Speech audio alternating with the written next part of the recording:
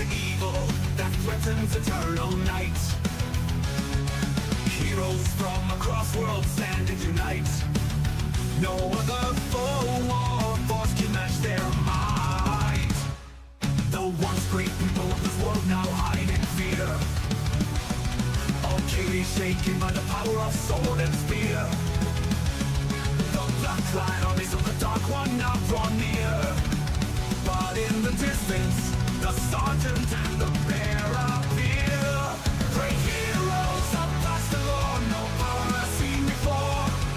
We spread far across the sky, marching across the great divide to save the world from deterioration, to end the age of annihilation.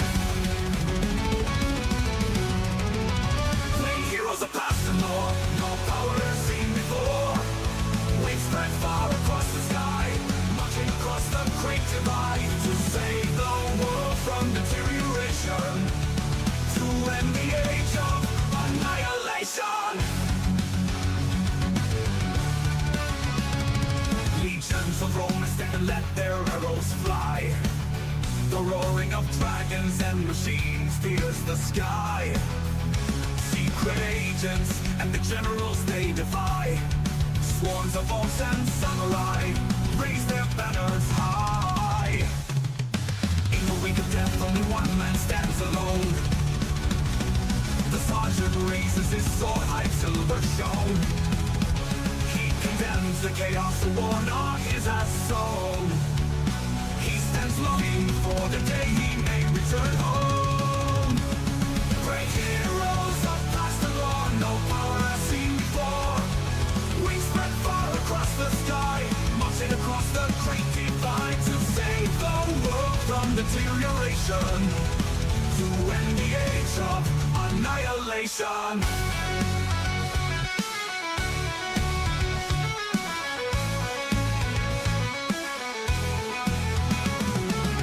Until the war for the wellsprings is won, they will fight until there are none. But a hero will stand alone as one, and the bloodshed is finally done. Great heroes of past the law, no power has seen before. We spread far across the sky, marching across the great divide to save the world from deterioration, to end the age of annihilation.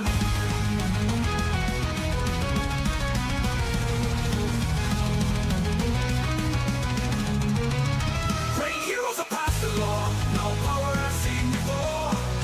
We spread far across the sky, marching across the great divide to save the world from deterioration, to end the age of annihilation, to end the age of annihilation, to end the age of annihilation, to end the age of annihilation, to end the age of annihilation.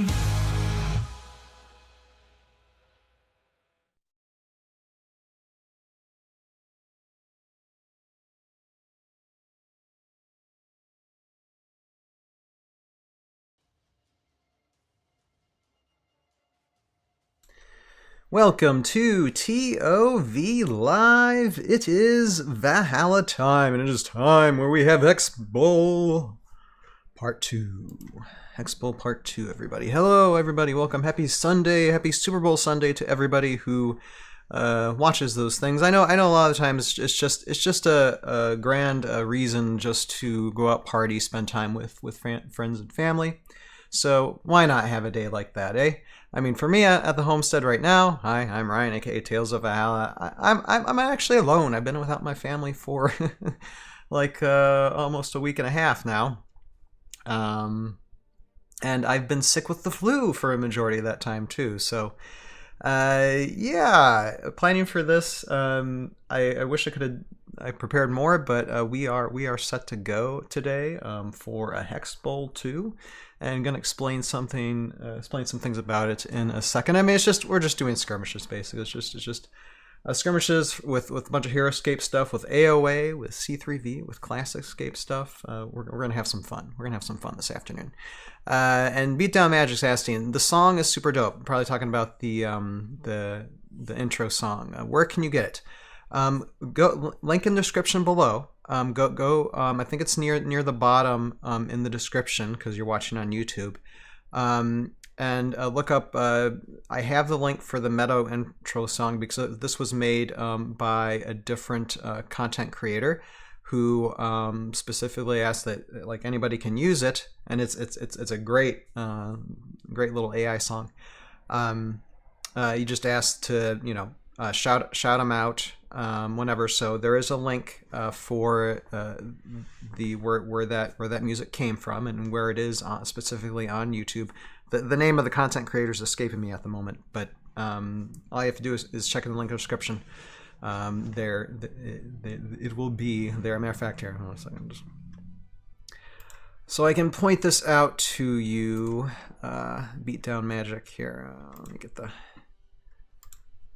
because it's good to know when you know. It would be under the let's see here. AoA Heroscape Metal Song credit goes to Rico Suave, and it has the YouTube link below. It's right near the bottom of the description. So yeah, that's where it is. Nope, it's not Roguescaper, but I will mention Roguescaper in a second. Here, hold on, because Roguescaper, I do have to give Roguescaper a shout out. Okay, there I am. All right. Because Heroscaper actually provided me with this C3V unit last year. Here, just put them up here. And this C3V unit is called Augamo. He looks a lot like a football player, doesn't he? He's a golem, construct, Vidar faction, and the thing is, last year when I had Hex Bowl, I had a few armies that I was using last year, and Roguescaper was live with me, and he was asking, he's like, do you have this unit? Do you have Augamo? I'm like, I have no idea who Augamo is. There's a lot of C3V stuff, and so I told him, I'm sorry I don't have it. It'd be a great one to have. I have to look into getting to it.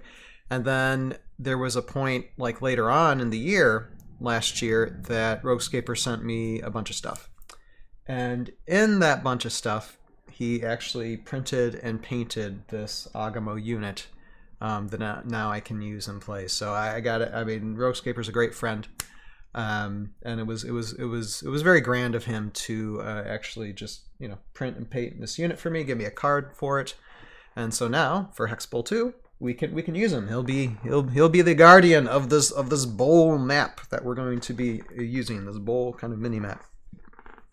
Beatdown Magic. I just got a snowcat from him. Oh, cool.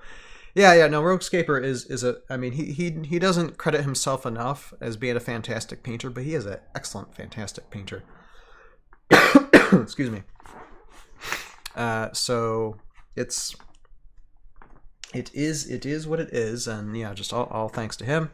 Definitely give him a subscribe. Give Rico Suave a subscription for the music that he made for Heroscape. Hopefully he makes more sometime in the future. But I guess what else do I have to say? Well, so we're gonna do some skirmishes now. It's almost 2, so probably I'll try to get 3 battles in before 6 o'clock Eastern time, and then around 8:30. We'll be back live tonight, so we have another doubleheader today. We'll be back live tonight, and this is actually tomorrow, but technically, it's this YouTube channel's 10-year anniversary tomorrow. But we're celebrating tonight because I have a lot of things I got to do tomorrow, and so I might have a couple of guests on. We're gonna just reminisce about the past, and there will be a contest. I'm gonna have a little bit of a contest starting tonight, and I'll give details on what the prize actually is, obviously Heroscape related, and yeah, so it should be a fun night. Like I said, we're just going to be looking back at the past. Can you believe that I started this YouTube channel 10 years ago, and I was preparing what to do with this YouTube channel like 12, 14 years ago. I mean, that's when everything started coming together, when I started collecting the majority of the Heroscape products that I have, and figuring out, like, writing a script and figuring out the stop motion animation that would eventually be what the Tales of Valhalla show is. That is part of this channel, a big part of this channel. That's my I don't want to consider it my money-making bread and butter, but it is my like creative bread and butter for this channel, is the stop motion adventures that I've created over the years. So it'll be great to catch up with some friends, reminisce, and just have a few hours of looking back, especially on the making of Season 1 and where I've come from there, and where we possibly will be going in the future. So I'm glad I'm still here, thank God, because the past 10 years have been a health struggle for me as well, because I've had Crohn's disease for 30 plus years now, and it has not been easy. So, but we'll get into that later on tonight. I'm sure we'll be talking a lot about that tonight. Right now, let's have some fun doing some skirmishes, because I haven't used Augamo yet, and we are going to use them. But give me 1 second. My nose is starting to drip. I need a Kleenex, and there's no Kleenex within reach of me. I got to go run and get some. So just give me just a minute to do that. Beatdown Magic asked me, though, not to get off topic, but I don't understand the question, Beatdown. Not to get my, but where else are you live? Is that what you're asking? Where else am I live? I'm live on YouTube. I'm also live currently on Twitch. The Twitch channel is called Conductor Productions, though. Live in two places. I think that's what you're asking. But here, give me 1 minute. I'll be right back, and then we'll get started with these skirmishes and who we're going to be playing with first.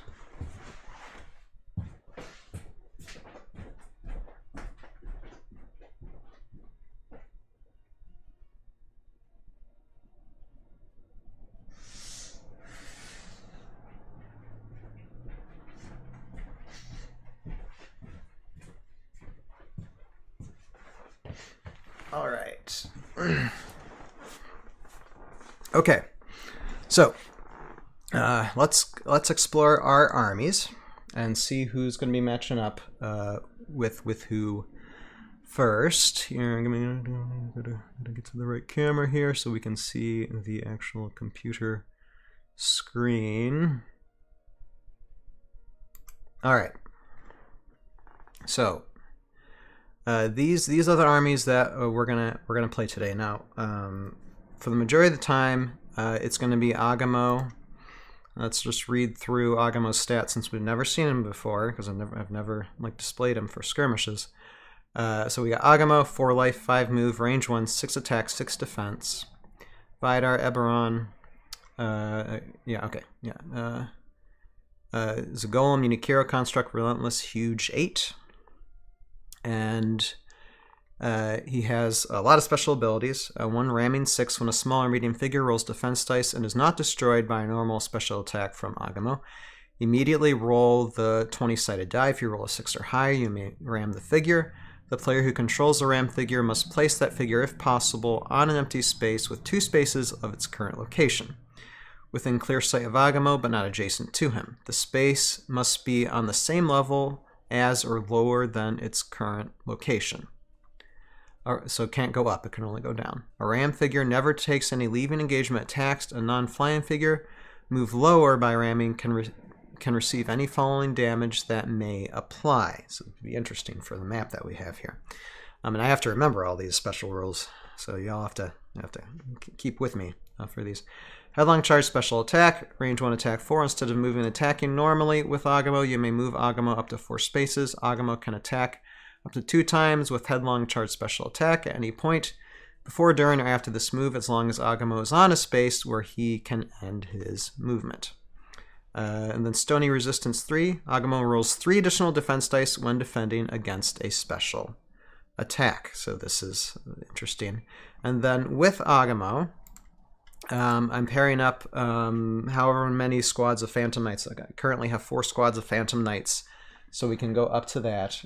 For this particular battle we're starting with, he just has 1 squad of Phantom Knights for points. And, I mean, they don't synergize, but Phantom Knights are good with anybody. And it was suggested on Heroscapers under Augamo's page that was what someone was doing with them. So I thought, okay, that's a good pairing. And so Phantom Knights, 1 life, 6 move, 1 range, 3 attack, 4 defense.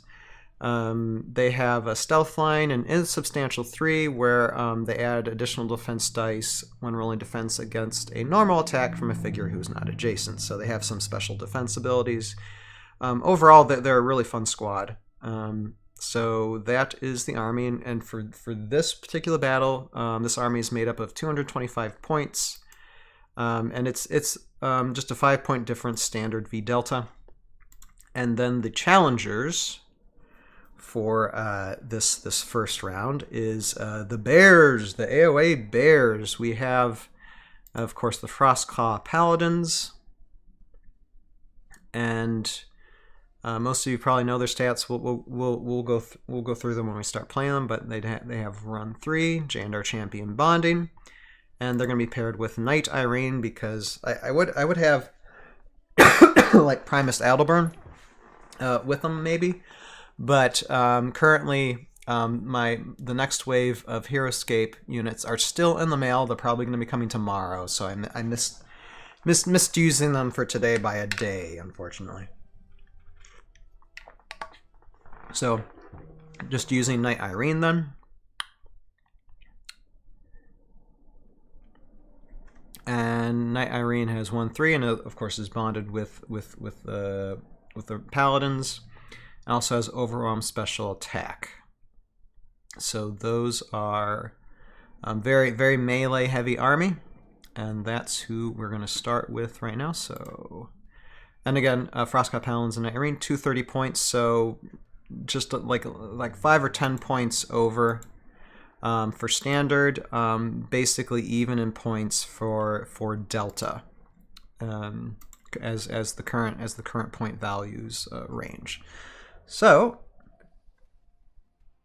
let us get started with this.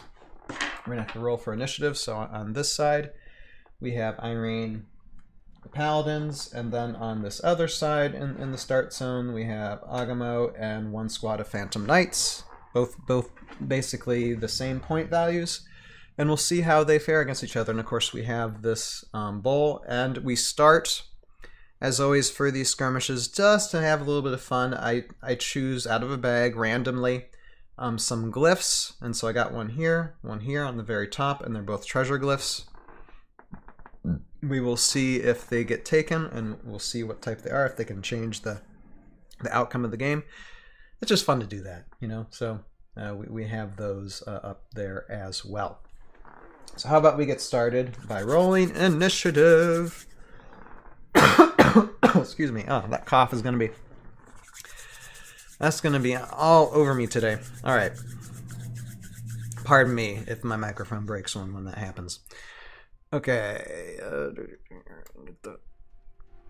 Okay. I was just testing something real quick. All right. Initiative for Bears first. I get a 15. And then for Augamo, they get a 19. So Augamo's side goes first. Let's get started. And order marker 1 is going to be on Phantom Knights. Now, Phantom Knights are going to have a fun time with this map, because they don't necessarily have to walk up this way, because there's only one way up for a non-flying figure, and that's just up these stairwells into this bowl, you know? Oh, okay, and Beatdown Magic is currently on Twitch as well. This should be fun. Okay. That's cool. Well, thank you if you liked on the Twitch channel as well.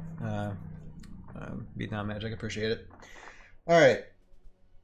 Let's see here. So, Phantom Knights, and like I said, they can just move Now, unfortunately, this is a treasure glyph, so like any common squad or unique squad figure is not going to be able to carry these glyphs. So 1, 2, 3, 4, 5, 6. We're just going to move this knight here and just give him a really strong chance just to 1, 2, 3, 4, 5, 6 to stop these bears from coming up and trying to get glyphs. 1, 2, 3, 4, 5, 6. Like so. Wait, yeah, 1, 2, 3, 4, 5. Okay. So all they can do is move.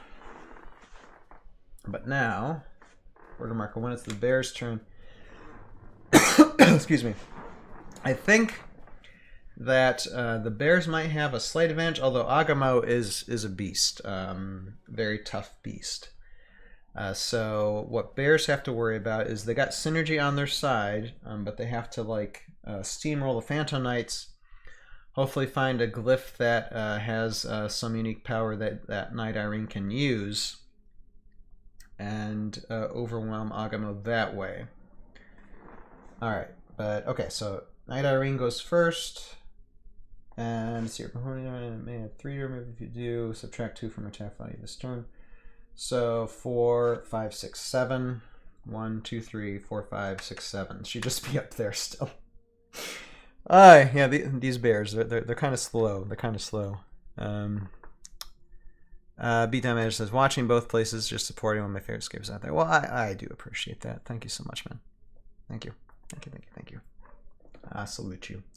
And even if you don't, what I'm going to do is, even if you don't show up tonight for tonight's stream, I'll just make sure that your name, I'll try to remember, but I'll make sure that your name is in place for the contest that I'll announce tonight already, because you're already providing lots of comment, viewing love already, so I do appreciate it. All right, so these guys just kind of move one, or actually, you know, she could take the ladder.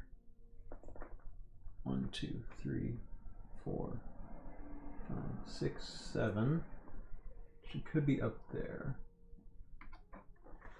because there is ladders. In case y'all didn't see that. Yeah, you're welcome. You're welcome. Yeah, you're welcome, B-Time. All right.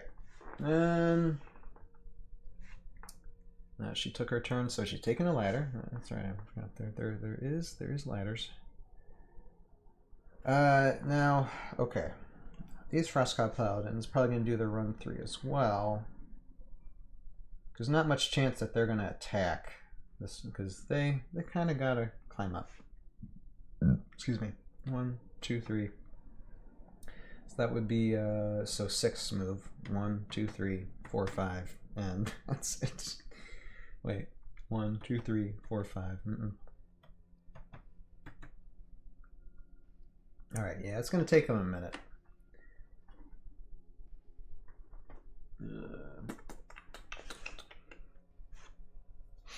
We're gonna be climbing up here. Let's see, 1, 2, 3. Yep. Okay. 1, 2, 3. Let's put them here. 1, 2. 2. All right, they're climbing up. They're lumbering up because they're big bears. So that's all they can do. I love the bears. Don't like how they're painted though. Yeah. I mean, I still got them painted because for me, I just thought it would be too complicated. Now there's some units that I did get unpainted that I'm currently I'm starting to prime them now. Is the Wraith Riders and an Iron Lich. I just started priming them over this weekend, and then I got to figure out what type of paint colors I'm going to use for them. And I did that with a few figures of the Next Wave, which I'll probably unbox the Next Wave because I'll get the Next Wave of Rising Tide that they're releasing this week, and I'll unbox them probably on Wednesday, and we'll just have fun looking through that. It's not like any other content creators doing that, you know. I'll probably be the last one to do it, but whatever. Okay, order marker 2, Phantom Knights. Now let's see what the Phantom Knights can do here.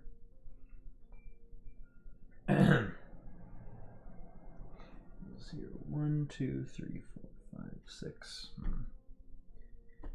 I suppose we could put a Phantom Knight here to totally... This is like almost like a bottleneck. And then put some Phantom Knights here, probably. These Phantom Knights are really going to gum things up. 1, 2, 3, 4. 1, 2, 3. There's one thing about Phantom Knights. They can move. Beatdown Matter says, I painted the bears with a glowing green effect for like they're infected with radiation. That is cool. That's awesome. Yeah, I mean the paints on the bears, they'll do. I'm actually like I got the ranged bears that are coming out of this wave. I did get the painted version of those, including Edelburn. So I'm interested to see the comparison of Knight Irene and Heroscape Paladins to those for their paints, to see if there's any improvements, if it's the same. We'll see. All right, we're gonna roll. We're gonna do some attacking. Some attack and say attack of 3, but they all have height, so it'd be attack of 4.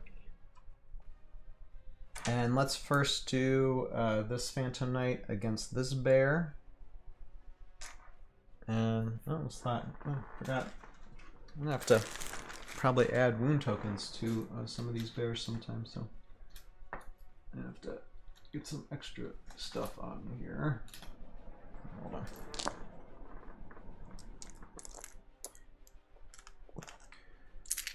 Oh, the wound tokens, the wound tokens. Here. Wound tokens and sticky tack is probably going to help me a lot.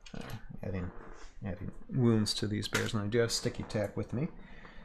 Sticky tack, by the way, is like a stop motion animator's one of their basic tools that you definitely need. that just helps things a lot. All right. So Phantom Knight against this bear. So that would be 4v4. Let's roll.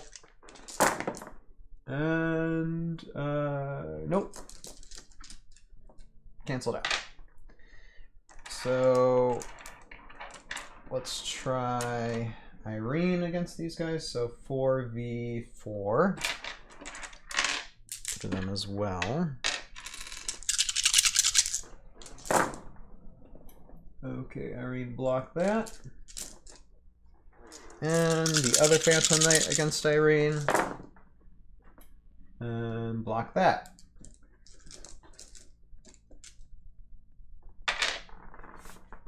All right, order marker 2.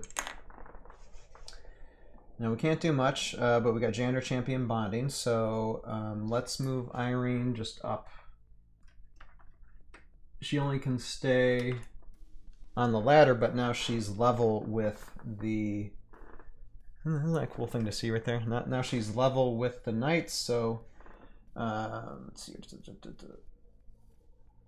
No extra defense needed, but knights still have a solid defense of 4. And then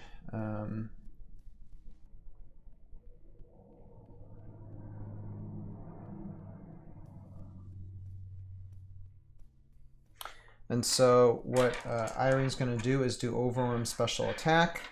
So it's just going to start with an attack 3, and then if she doesn't take out the Phantom Knight,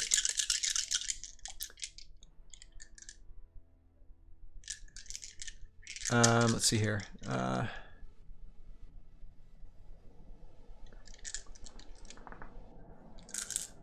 Can the bear here? I guess we'll find out.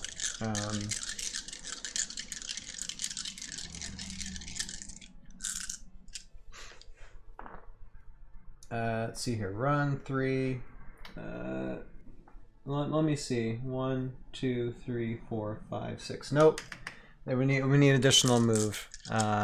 So yeah, that bear wouldn't be able to get up here. It would need a move of 7, and all they have is 6. Yeah. All right. Where was I? Okay. So Knight Irene can attack one knight with Overarm Special Attack. All she needs is one hit on him, and she got him. Boom. And then she gets to attack again, although not with the +1 because it's a different knight. But still, 3v4. Sometimes you're gonna hit him. But not that time. That Phantom Knight blocked it. All right. Now that it's Knight Irene's turn, now it's Heroscape Paladin's turn, and like Beatdown was saying, I could use run 3 to for this bear to come up here, but I think you need a move of 7, and all we would have is 6. So 1, 2, 3, 4, 5, 6, 7. Yeah. So all this bear can do is stay bottlenecked.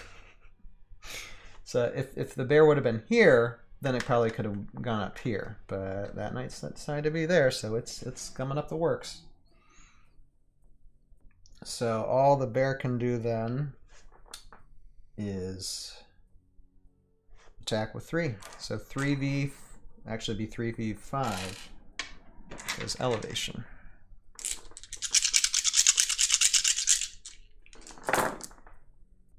And blocked. None of them can get up unless they decide to go over to the ladder, which I might actually move one to the ladder. 1, 2. I know you have to do the movement first before attacking, but just bear with me. So they can get up this ladder following Irene. So I'm just gonna move some over there, and go from there. Okay. So yeah, that's all the bears can do for now. So we're going to order marker 3, and it is on Augamo.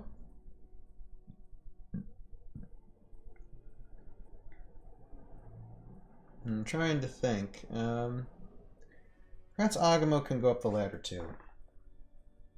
Let's see here. 1, 2, 3. Be starting on a low point, but 1, 2, 3, 4, 5. Yeah, we'll just say that's movement. So,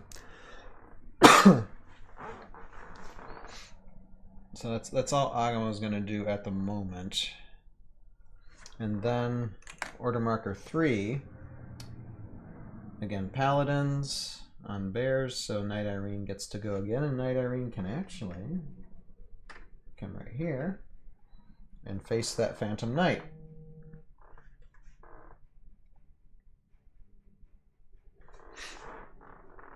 So we have again, never do Overwhelm special attack again. So again, this is a 3v4.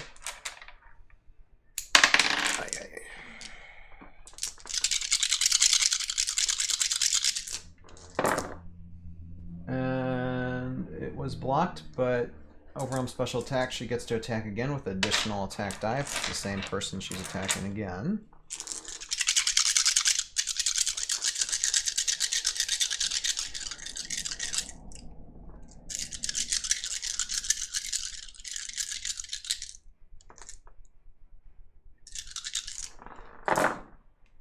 And let's see here, that's 2 hits, but it's also 2 defense. So the Phantom Knight has defended itself.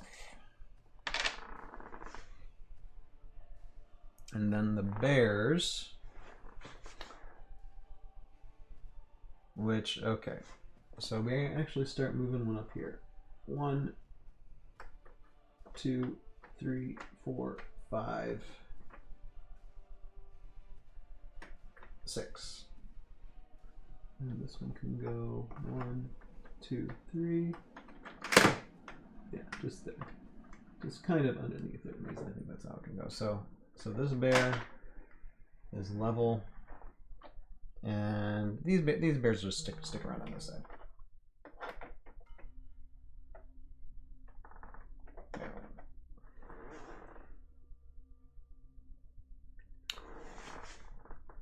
And so we can have this bear still. We're going to attack this Phantom Knight, and this bear can attack this Phantom Knight, and it would be on level with that Phantom Knight. So we'll have 2 attacks to do.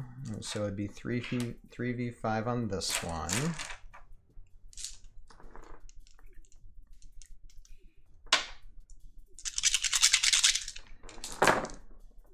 blocked. And for this one would be 3v4.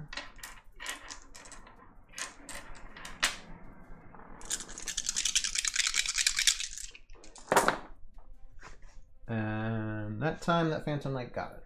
Phantom Knight bought the farm.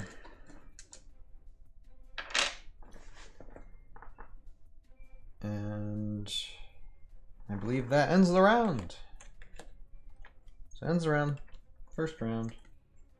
Done. And now I know it'd done a lot better if you had a lot more Phantom Knights, but we were just going with, since the Bears is only like 220 point army, I can only use one squad of Phantom Knights against them in that, because Augamo's 155 points. Augamo's a pretty big beast. All right, so let us roll for initiative. Bears first, they get an 8. Augamo next. Augamo gets a 12. So Augamo's side goes first, and Augamo gets number 1. So he's actually right here on the ladder. 2, 3, 4, 5. Actually, 1, 2, 3, 4, 5. I'm just gonna put him up there. Boom. And that's all I can do right now.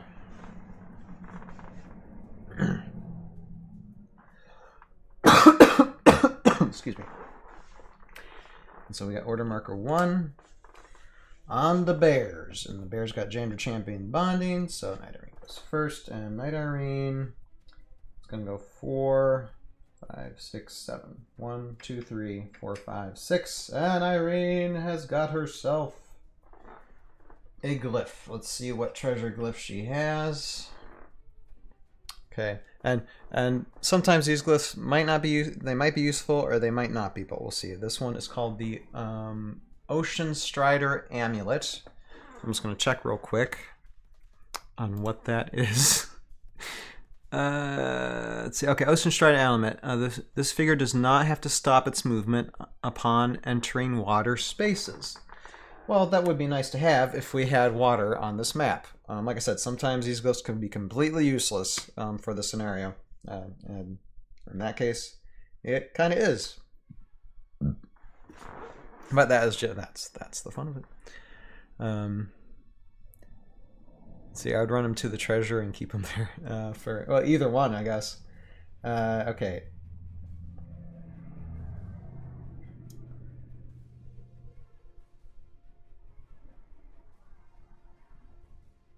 Okay, so Knight Irene did her thing. Now let's have Frostcop Paladins do their thing. And first we're going to move.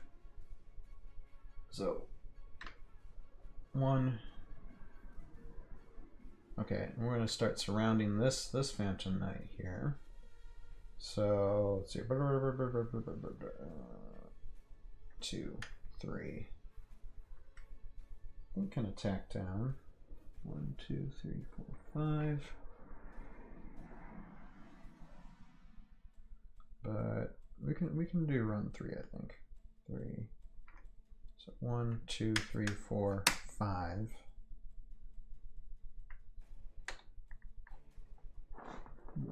This one up. 1, 2, 3, 4, 5.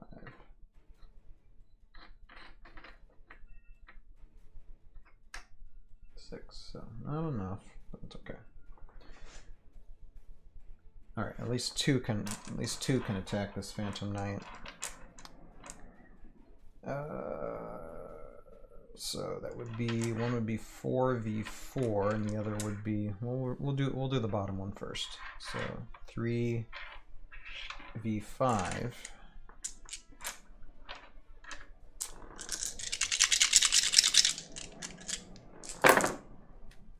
And I got it. Bam. Okay. I kind of figured once you get down to one Phantom Knight, they're pretty much dead meat.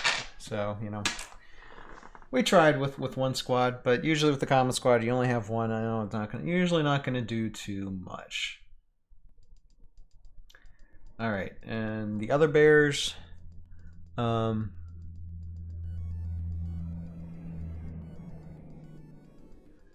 Yeah,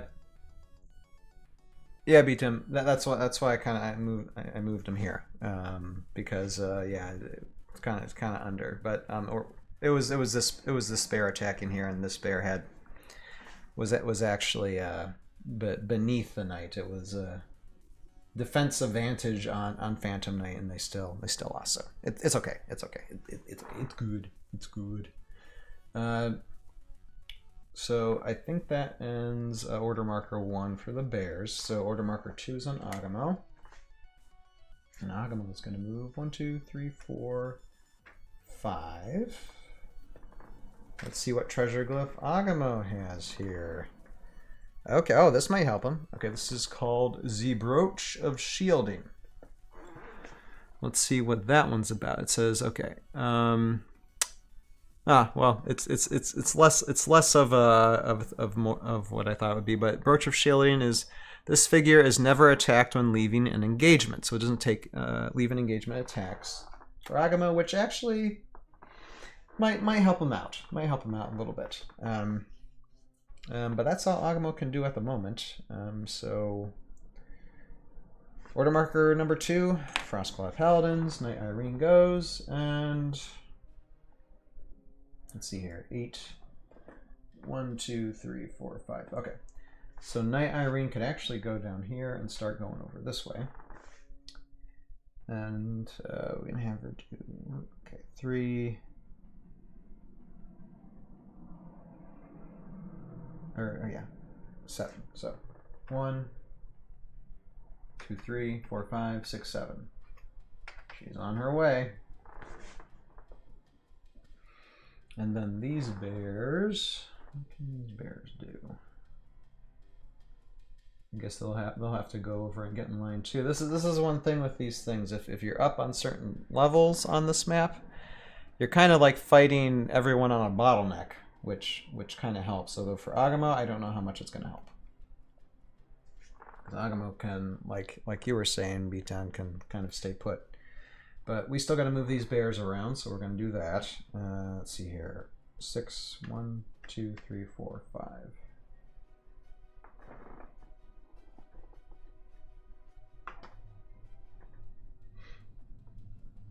1, 2, 3, 4, 5. Wait. 1, 2, 3, 4, 5, 6. 1, 2, 3, 4, 5, 6. 1, 2, 3, 4, 5, 6. Okay. So we did the moving. Now order marker number 3 on Augamo, and let's see here. All right. Well, ramming 6 isn't going to apply for these bears because they're just too darn big.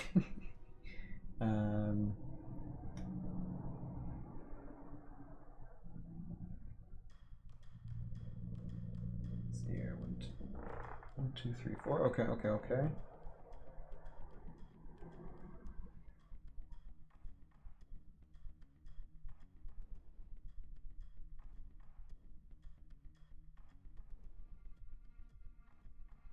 All right, we're just gonna do a regular attack then, because I'm just gonna move up to Knight Irene.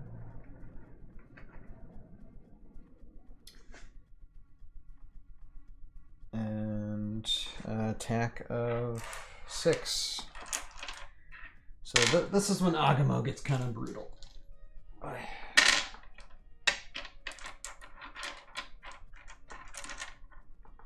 So 6v4.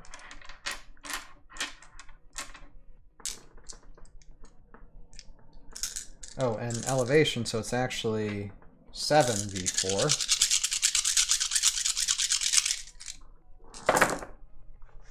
Whew, not much of a roll, but Knight Irene did get 1 wound on her, because just 1 shield.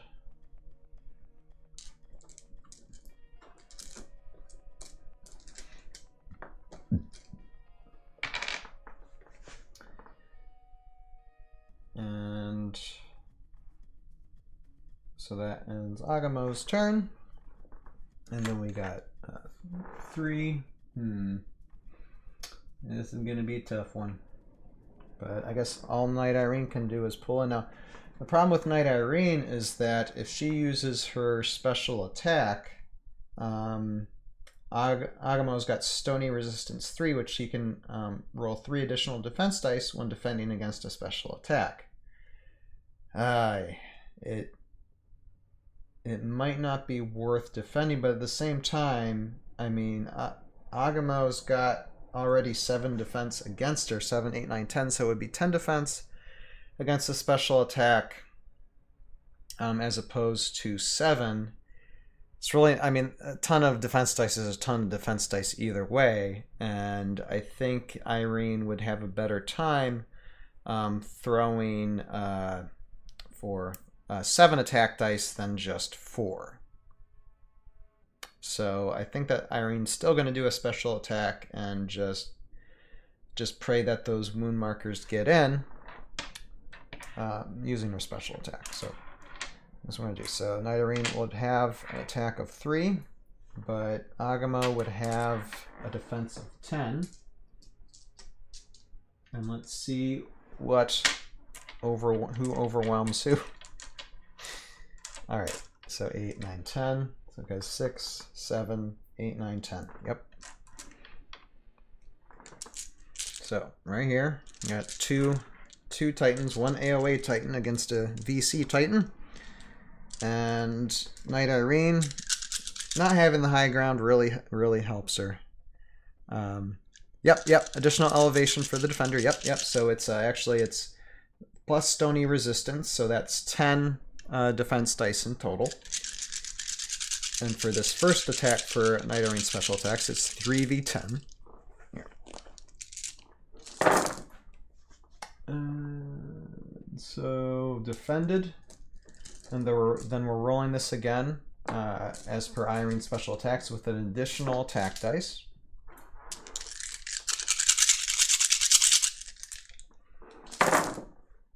And what do we got here? Okay, defended. Yeah, that's tough. That is just tough. Augamo.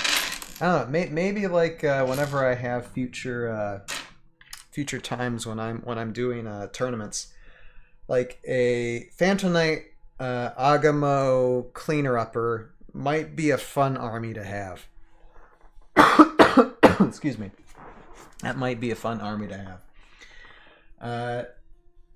I would just have to probably get and make sure I'd have another squad or 2 of Phantom Knights, which are fairly easy to get. Over half of my Phantom Knights are actually proxies, but very nice looking proxies. So those things are expensive to get, my goodness.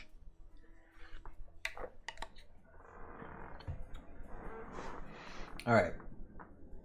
So we did that attack. Now, actually, Frostclaw Paladins can still do things. So let's see here. I'm going to do 1, 2, 3, 4, 5. 1, 2, 3, 4. Is that right? Yeah. 5, 6. Let's see. 1, 2, 3, 4, 5, 6. Can we reach up there? 1, 2, 3, 4, 5. Yes, I can. Okay, so you got a height of 6, so they can reach Augamo there. And let's see here for this one. 1, 2, 3, 4, 5, 6, 7. Nope, what about there? 1, 2, 3, 4, 5, 6. You would still need an additional one for 7, so you can't move up there, but we can still bring here. 1, 2, 3, 4, 5. All right, no, definitely can't reach him there. But we're just going to bring these bears over. 1, 2, 3, 4, 5, 6. You know, I still beatdown magic. I wish Oldscape wasn't so expensive. I know, and it's going to keep. We talked about that in our last podcast, actually, or the podcast previous.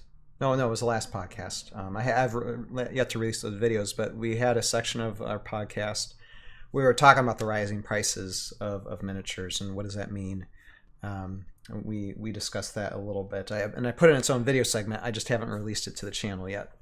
But yeah, I mean, and I would say this, I mean, when it comes to Oldscape, and we'll see this too, some of like, I have like axe grinders, but I only have one original squad. The rest are 3D prints that I painted, which allows me now to have 3 total squads. And I'll probably get more 3D printed and painted in the future, because yeah, they're just so expensive. You might as well just get them 3D printed and painted and just use for proxies. And if you want, you can pay a couple extra bucks just to get them painted well, so that it's hard to tell the difference between the originals and the proxies. If you really like want to do like heavy tournaments, you know. But yeah, I know it kind of stinks with Oldscape. But what you can do, I mean, this is why we're nerds, you know. All right. Okay, so we're moving these bears. So let's see, your one can attack Augamo at the moment, and that would be a 3v7.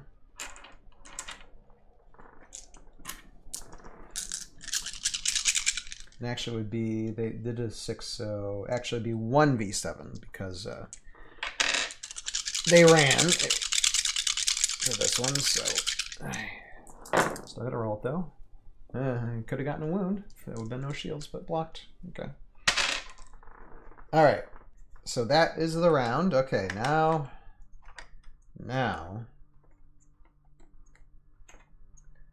we are coming to,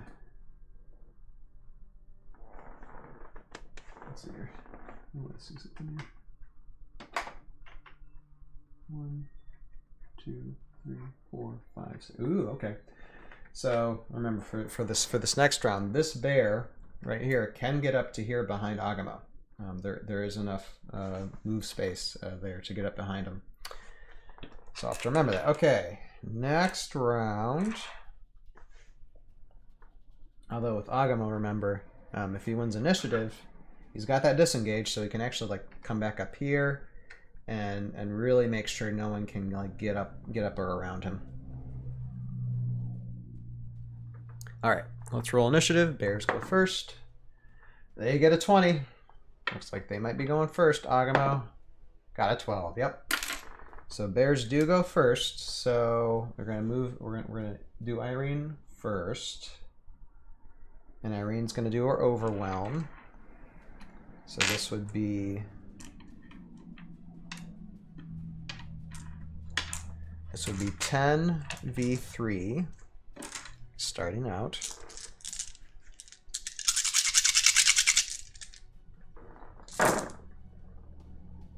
Blocked. Additional attack dice.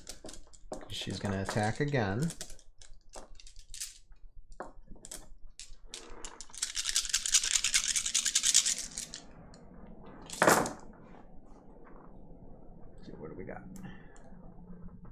Okay, that is 1 wound. Did land on Augamo.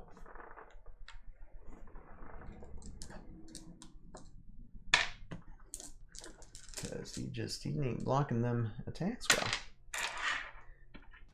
And then we have Frostclaw Paladins, and 1 Paladin can get up here. Basically cutting Augamo off now.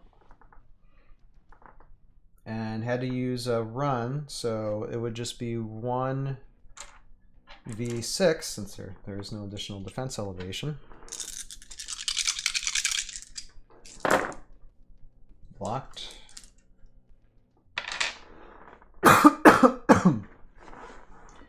And oh yeah, I had to move the rest of the bears. Here, hold on a second. Need to do it.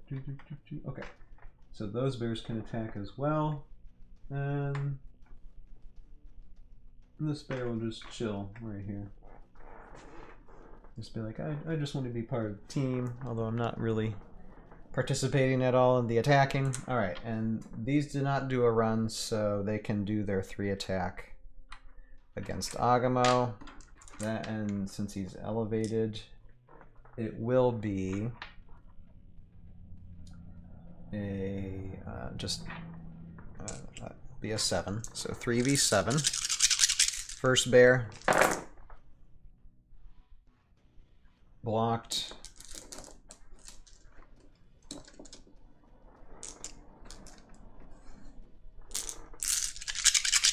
Second bear. Yeah, definitely blocked. Whiffed and blocked at the same time. All right, now Augamo's turn.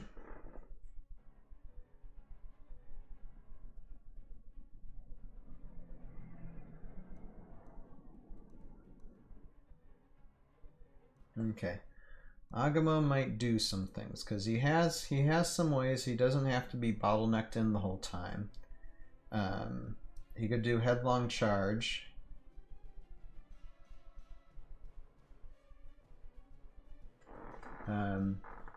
So, and here's what headlong charge is.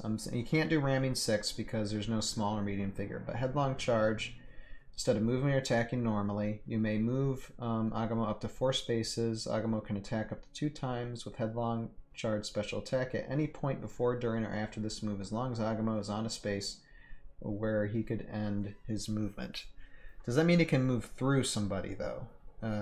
That's the thing. I don't know. Maybe that's not what it means. Because really, he can't take that space. So I think he's stuck, actually. To be perfectly honest, I think he's stuck. But I could do headlong charge and attack like both these bears. I mean, he'll just be in the same space he is.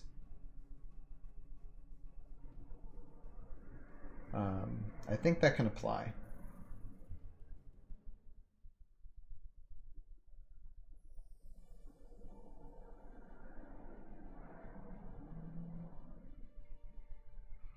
I think so. So that way you can get an attack at 2 on them, and maybe wipe off some of the competition.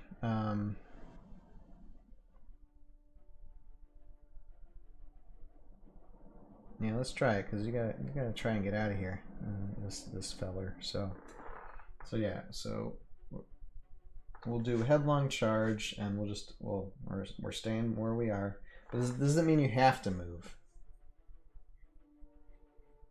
It says you may move Augamo up to 4 spaces. You don't have to.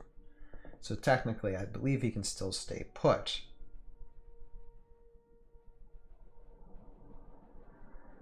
And then he can attack up to 2 times. So he can attack like both these bears, and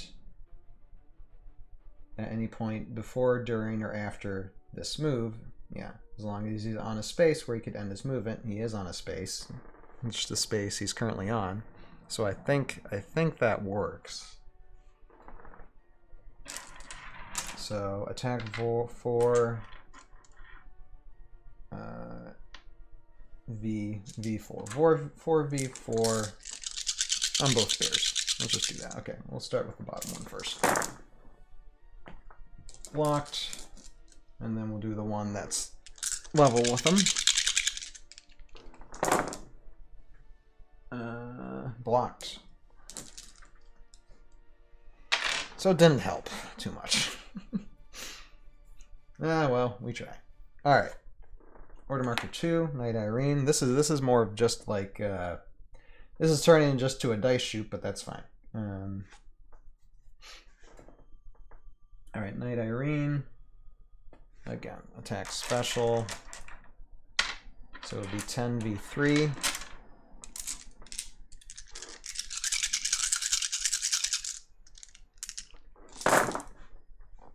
Blocked, and now it's 10v4.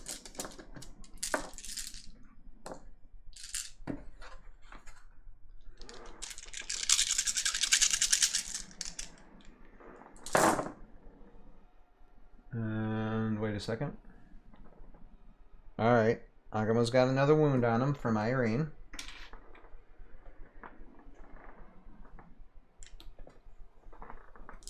And then the bears.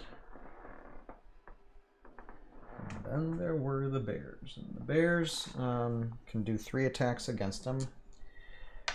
3v... well, one's 3v6, and the other 2 are 3v7, so I'll do the 3v6 first.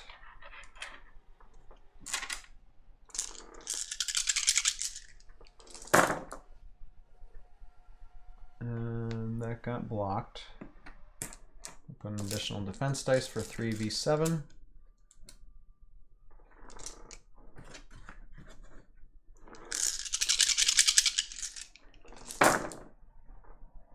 Blocked.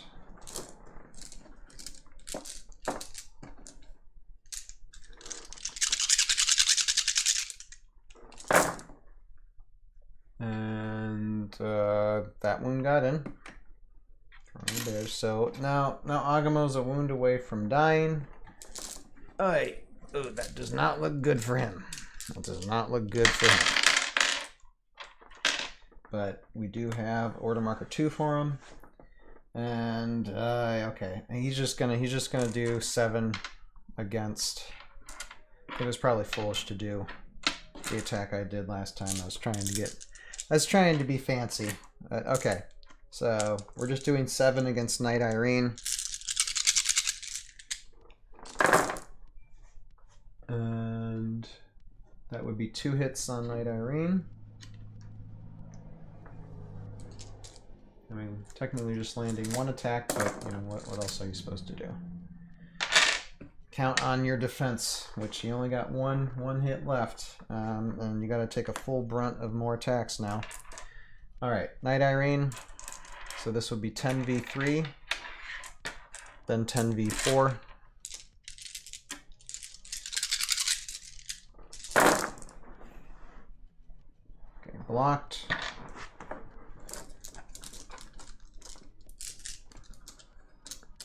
All right. We'll see you later, Beatdown Magic. I will be here. Okay. 10v4. And that is blocked. All right, now it's the Bears' turn.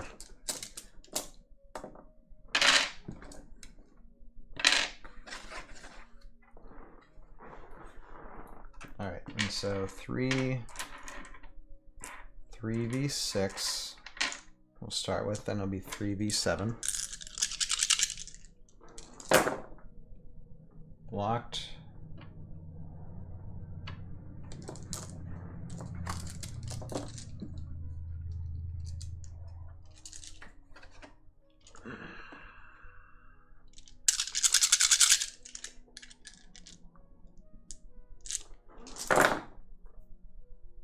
Blocked.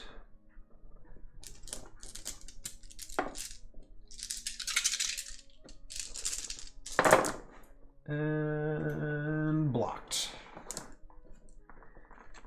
All right, well, Augamo barely withstood that. And he's got one more. He's got one more in him. And it's going to be against Knight Irene. So 7v4.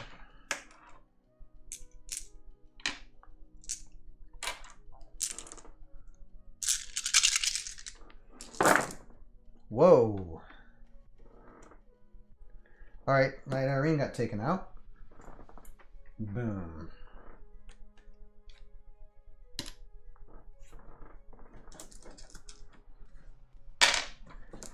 So thus ends that round.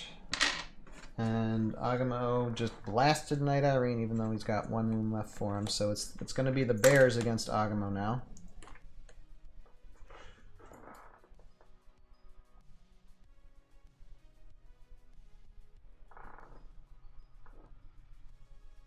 So we will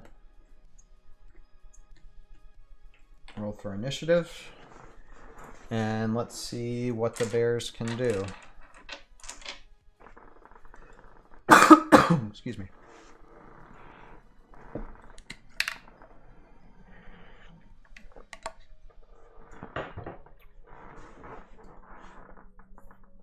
All right. Initiative, Bears, they get a 7. Augamo gets an 11. So Augamo does go first. And I think he's going to stay put. It's probably the best he can do. Best position he has. But he will attack this bear. And that will be a 7 versus a 4.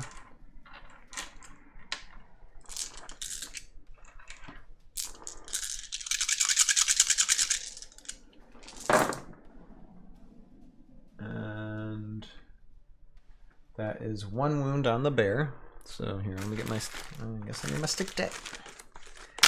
Need my sticky tack.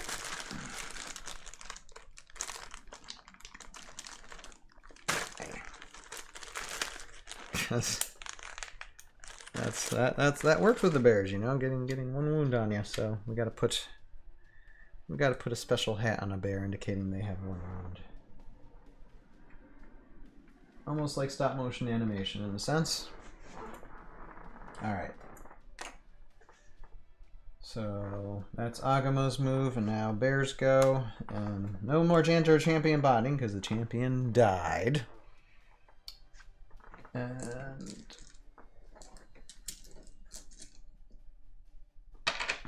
these bears can figure out how to attack here. 1, 2, 3. Yeah, I'm gonna have to move a part of the 6 here.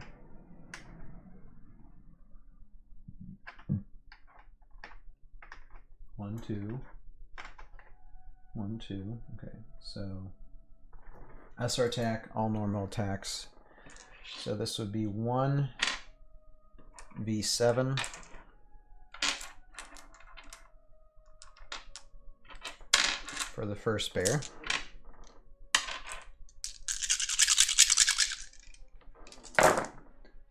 Blocked. And then the additional bears. First we'll do the one on level. That would be 3 V6.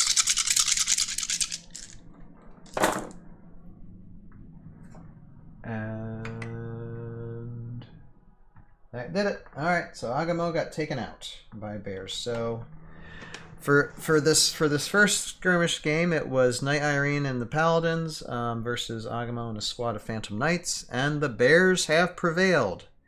They have won themselves the bowl. Knight Irene did get taken out, but they had already wounded Augamo enough to where all it took was 1 more hit from the bears' overwhelming attacks.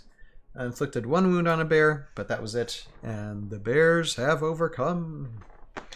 All right, that's awesome. All right, so now what we're going to do is reset. I'm going to take a few minutes for just a small break and reset for the next game and see who's Augamo's army going to be facing against next here. Hold on a second. Let me see. Hold on a second. And we'll dive into these more in a second. Okay. So it looks like for the next skirmish game, Augamo and the Phantom Knights are going to be going up against Dreadgul Raiders, which is a C3V army, and a Jotun, which Jotun's going to be an interesting one to move on this map. But at least he's big enough to where he can thwack at anybody that's like, you know, around him or something. But we'll get into that in a second. Right now, I'm going to take just a few minute break, reset.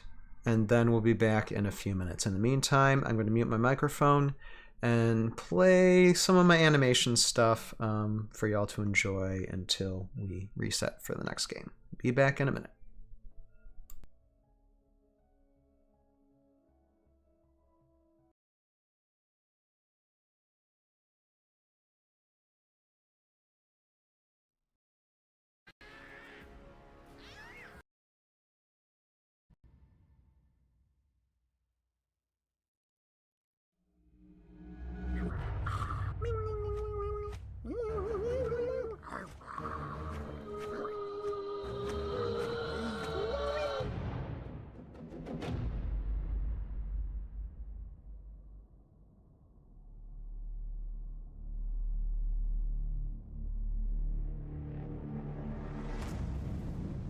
I think it's just 1 more mile this way.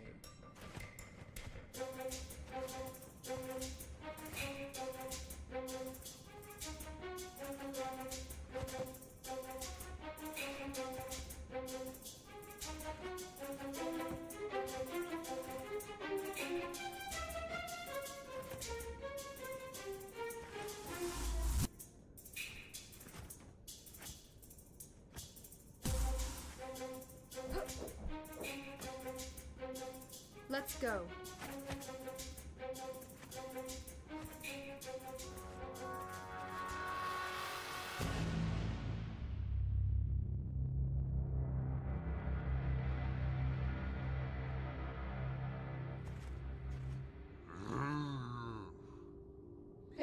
Dorim. You will not be needed at this time. If I get into any trouble, you can remove it. But right now, I must look like I am on my own. Yes, it seems that airborne elite will be very useful. Time to set it in motion.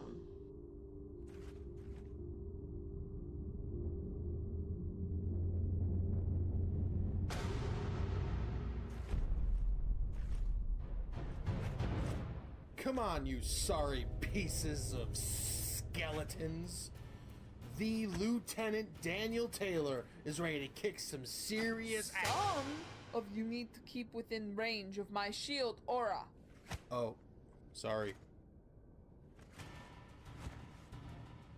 Daniel, Gimp, you two stay behind me. Cover whatever we can't hit. They could be here at any moment, people. Get your game faces on. I hope they find that earth elemental soon. Dying in a dusty, sandy desert is most certainly not what I signed up for. You just do as you're told, Gimp.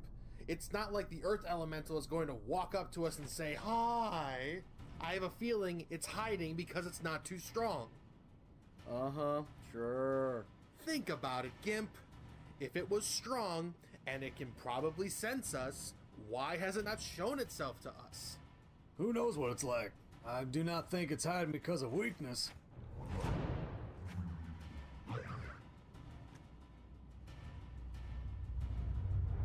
Just as simple as that, huh? Let's get back to the real world and get us ready to die by a charging Morrow army.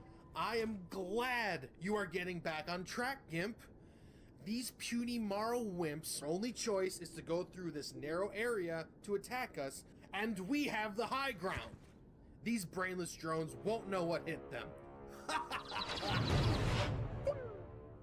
Sir, I think they have a plan. Don't be silly, Gimp. Those brainless... Oh, skeletons. I know you. We fought before. Time to end it. Drake, Johnny? We are Kind of busy right now. I'm sorry, we can't take your phone call right now.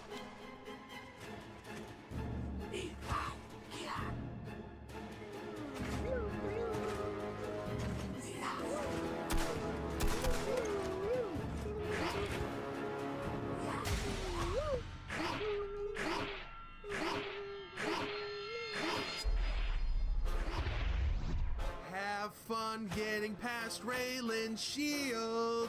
Gimp, grenades. That's the guy who kidnapped the guy with toothpick. I'm getting my Gimp on.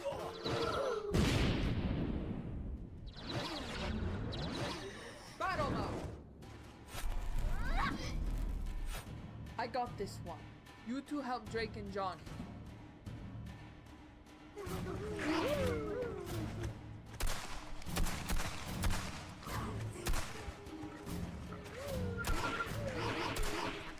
Move it, Gimp. Can I just say it? There's a good chance we are all going to die. Nonsense, Gimp. These Morrow are wimps. They don't even... He looks kind of mad at us. Yeah, like it's so personal to him. Come on. It's not like we destroyed his flower garden. Hey, Mr. Angry. What did we do to you to be so mad at us for? Gimp. He really does not like us. I do not think we're going to settle this over tea and crumpets. Throw a grenade at him already! Throw your grenade. Get me at the sand.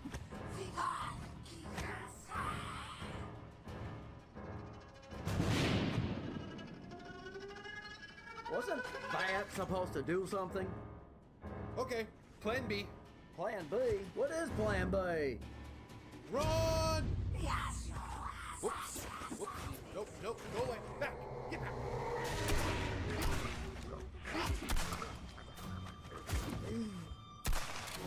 Hold your positions. We can't take much more of this.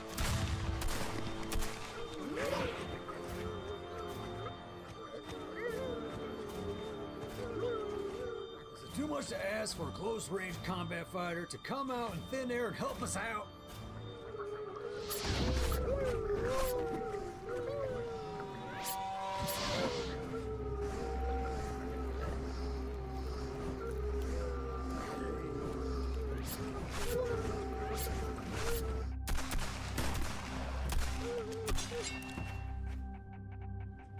Whoever answered that, thank you.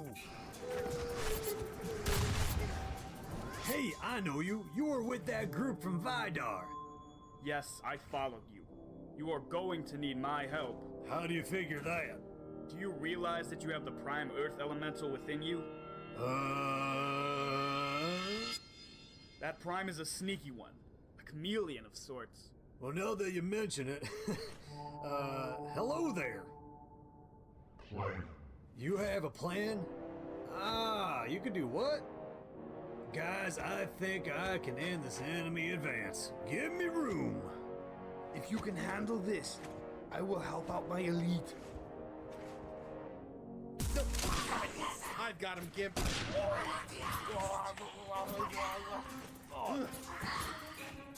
Come at me, bro.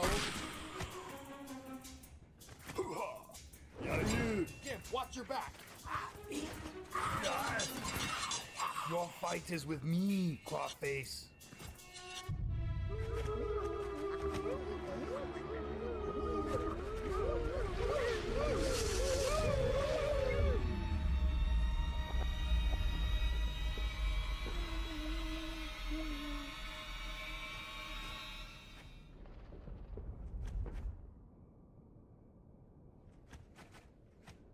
Okay, so it's strong. All you got? A third grade boy is better than you, and a kindergarten girl, she's like 10 times better than you. Huh? Take that!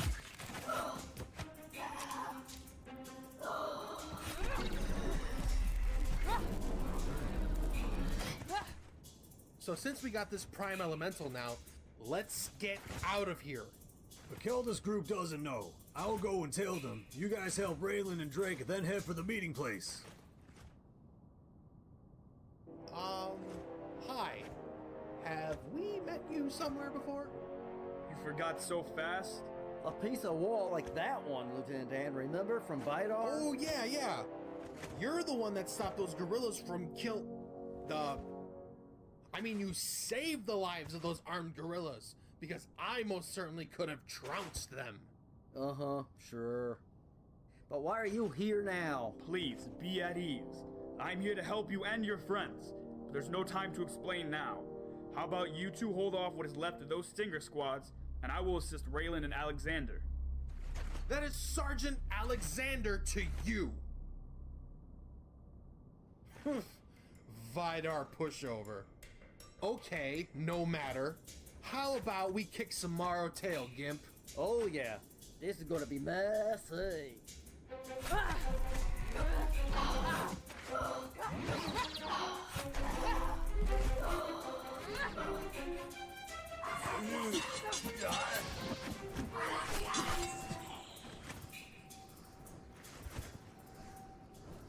It is time. Oh, great. Where are they going?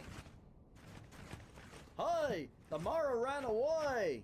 They must have realized they were messing with Okay, me. everybody, hold on. We're gonna bring you Scared back to it in a death. second. No, that's not it.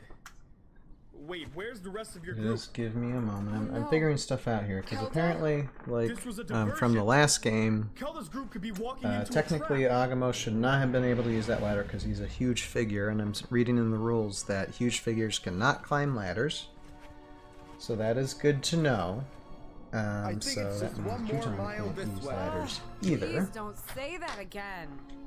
And Jotun's going to be in a little bit of a pickle though, because Nothing to worry about. We found the I prime Earth. don't think he can move up very far, so I might have to do something okay. to the Earth is board unusual. just to help Jotun out a little bit.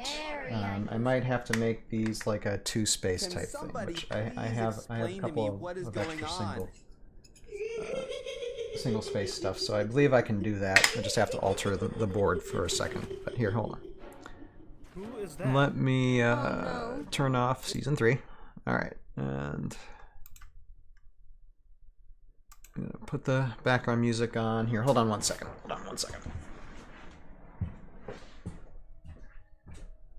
Where is that other space stuff? Or maybe I just put it on that side. I have more than one of those. Oh, they're right there. Okay.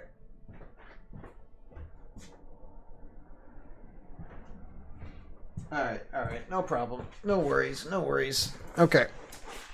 So, yeah.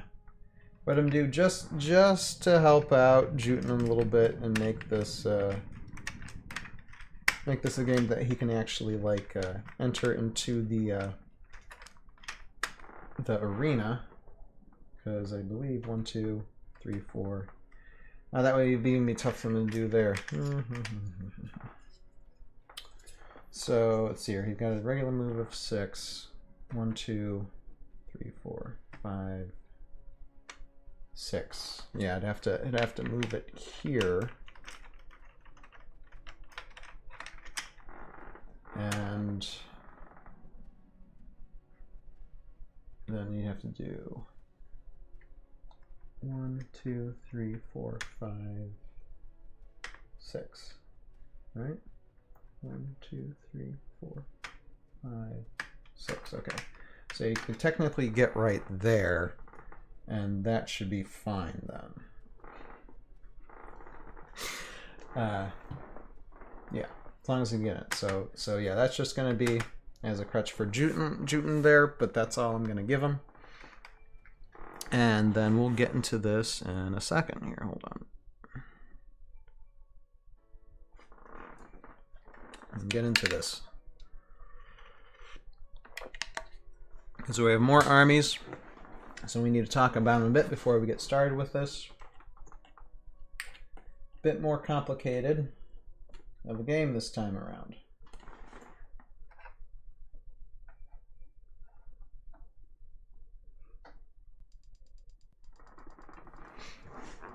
Alright, make sure everybody's set up where they need to be set up, and put order markers down where they need to go down.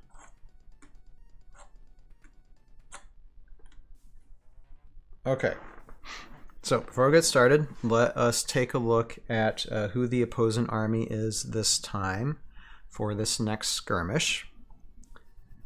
I'm going to do that. Here, we're going to... Okay, put this down. So now we're gonna have a little bit higher, a little bit like almost 200 point more of an army this time around. So we are raising up the Phantom Knight count for the army to 3 squads instead of 1 from the last one. So that makes this army like 380 for Delta, 365 for with Augamo. 365 standard, and then the army that we have opposing them is like a little bit higher in points, kind of. Yeah, just slightly higher. And the thing is, if you would add like a squad of Dreadguls and a squad of Phantom Knights to either or, then they come out even. So I don't know why a squad less would make them so so imbalanced with points, but you know that's how it is. But I don't want to do an additional squad because that probably take too long to do that. So I'm just doing 3 squads each for hero, and Jotun is 200 points for this Dreadgul Raider army, and Dreadgul Raiders are from Valhalla Customs, from VC Customs, and so 3 squads of Dreadguls Raiders with Jotun equal either 395 Delta or 420 Standard. So they are a little bit higher via Standard v Delta, but not too high. And again, you add like a squad of Knights or Raiders on either side, and then they come out even. I don't understand that. It's kind of confusing. But we're just going to do 3 squads v 3 squads with their heroes, And let's read the information of Dreadgul Raiders first. So Dreadgul Raiders are a human common squad, 1 life, 5 move, 1 range, 3 attack, 3 defense. They have a thing called Berserker Charge, which is after moving and before attacking, roll a 20-sided die. If you roll a 15 or higher, you may move the same Dreadgul Raiders again. So you got like a 25% chance for to make their 5 move into 10 move on a turn. And then they have a wild strategic bonding. Before taking a turn with Dreadgul Raiders, you may first take a turn with any wild human or giant hero you control. If you do not take a turn with any human or giant hero you control, add 1 to the attack value of this card.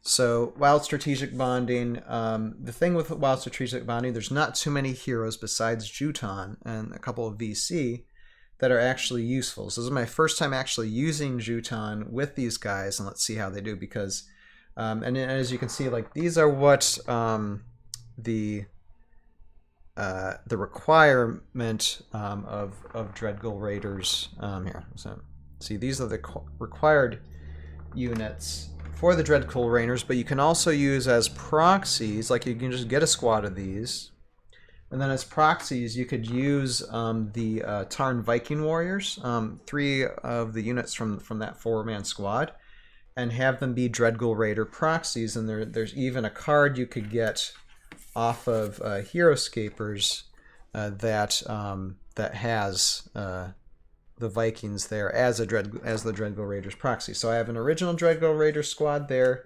along with Vikings as proxies for these, just so we know what they are.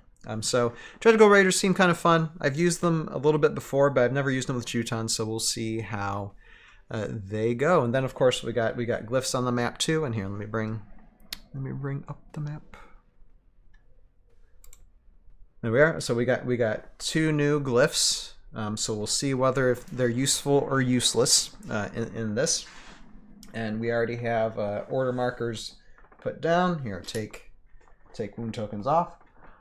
And we'll get started with this. So 3 squad Dreadgul Raiders with an original classic Jotun, and Augamo on the other side with 3 squads of classic Phantom Knights. And we'll see. Again, a Dreadgul Raider side is a little bit higher in point value, but not by much. So let us get started with this. So rolling for initiative.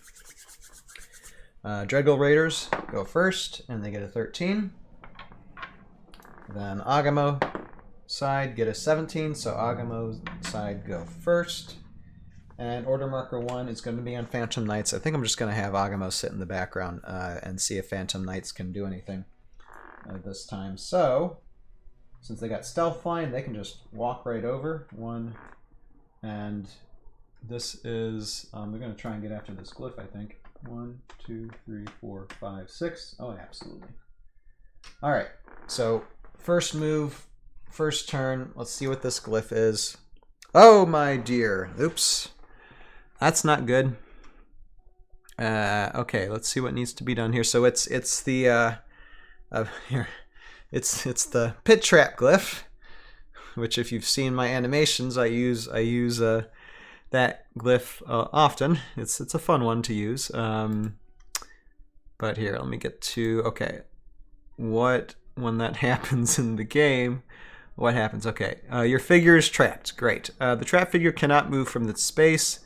The figure can move off the glyph of Profaka only if a friendly figure occupies an adjacent space. Well, okay. So this pit trap's here. That Phantom Knight's stuck in it. Now the good news is I have Phantom Knights that can get adjacent to that Phantom Knight, and it won't be a problem. The Phantom Knight can leave. But right now, it's kind of stuck. That kind of stucks you on the round a little bit. Okay. So let's move. Let's see here. 1, 2, 3, 4, 5, 6, and we'll make sure that Phantom Knight helps the other Phantom Knight. 2, 3, 4, 5, 6. Soon enough. Okay, but we're gonna put Phantom Knight there, because again, we need to start gumming up and providing a way to block the Dreadgull Raiders and Jotun from doing much. Excuse me. 1, 2, 3, 4, 5. Yeah, not much you can do. Well, you can do 6 here, actually. Well, no, we'll put them here. Okay, so that's order marker 1 on the Phantom Knights. Order marker 1 now is on Dreadgull Raiders. And Jotun.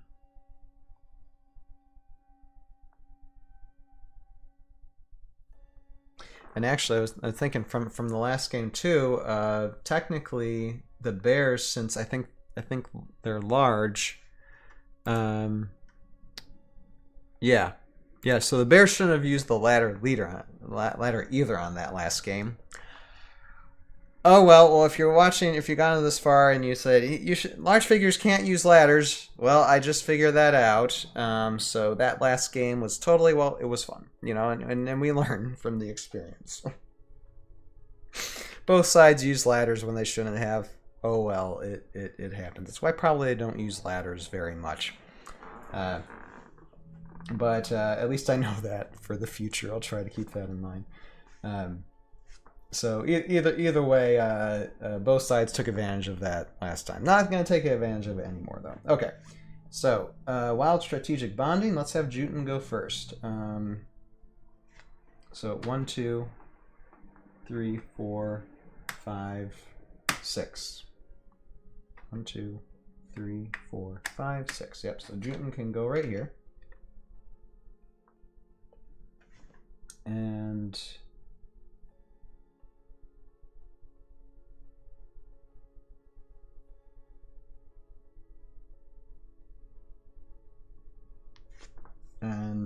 his wild swing actually could be a help, but right now he can't attack anybody, so we're gonna have Dreadgull Raiders do their thing. Now Dreadgull Raiders can use the ladder, and so let's first move some here.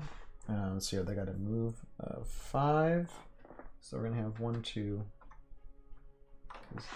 So much will be able to move 1, 2, 3, 4, 5.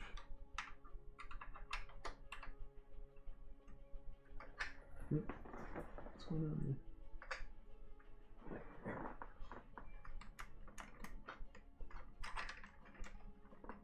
There.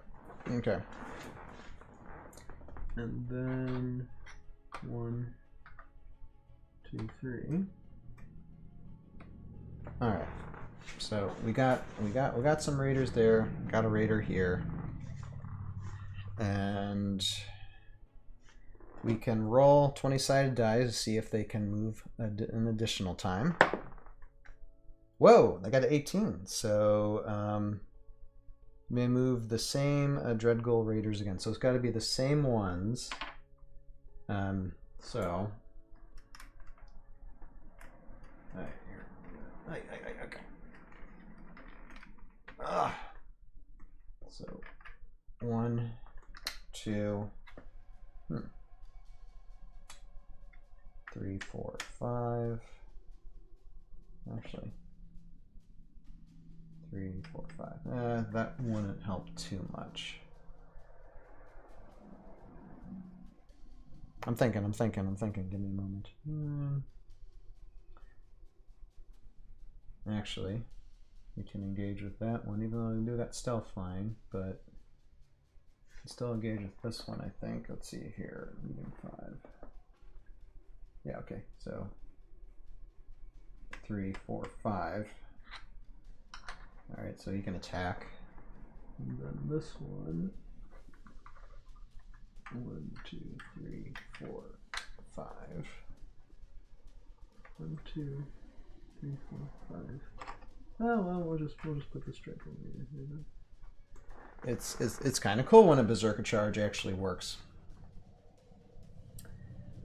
All right, so we can have the Dreadgull Raider attack here on that Phantom Knight, and that would be 4v4 because he's elevated.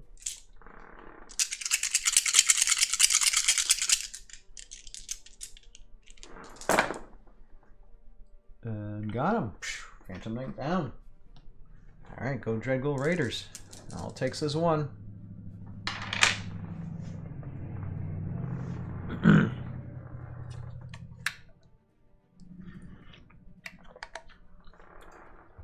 Alright. Now, Order Marker 2 on Phantom Knights. And,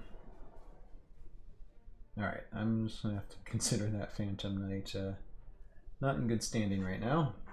1, 2, 3, 4.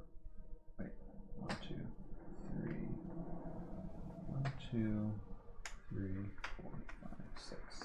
Okay, I can't really get at that. 1, 2, 3, 4. 1, 2, 3, 4, 5, 6. Can kind of get at him. It would be 3v4.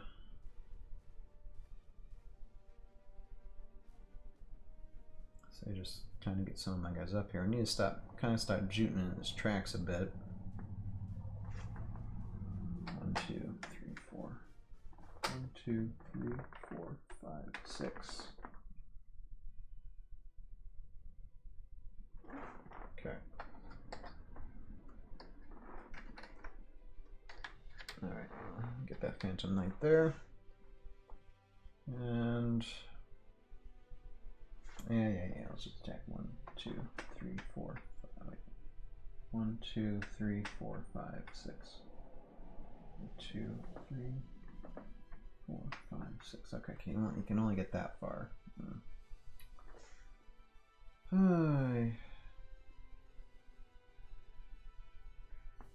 I'm a thinking.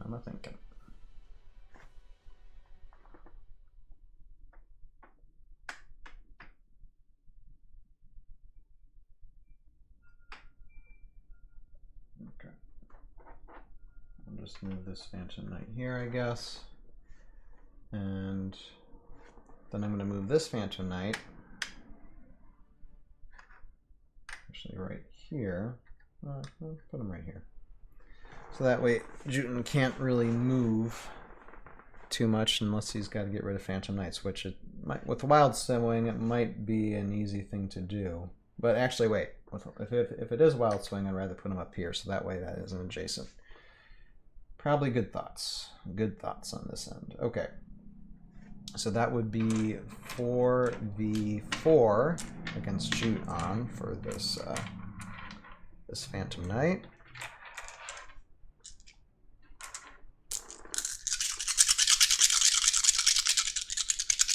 So Phantom Knight, Jotun. And that would be ouch. Okay, it's 2 hits against Jotun. That's fine. Jotun has 7 life. You kind of want to get rid of him as fast as you can. Need all the hits you can get. Alright. Alright, that ends that turn, and then we have Order Marker 2. And again, Wild Strategic Bonding, so Jotun is gonna attack with 8 on that Phantom Knight. That's a lot of hit, but yeah. It's either that or a Wild Swing, and don't want to do that. So that would be 5v8 against the little Phantom Knight. Yeah, Niv Substantial 3 works well, but I think it works more so on like ranged units. Don't really have much range units here. It's mostly melee. I was thinking of actually doing ranged units for this, just to give Phantom Knight some fun, but it didn't have enough time to assemble any more armies. So wait a second. Oh, let me look at this. Okay, 2/2. Yeah. Okay. Yeah. No. On my engine. Okay. So yeah, that Phantom Knight got swatted for sure. Jotun is a beast. No doubt about that. And actually, why did I have Jotun move up? He could have. 1, 2, 3, 4, 5, 6. He can definitely do that, so he will. Let's just say he did that. Okay, already.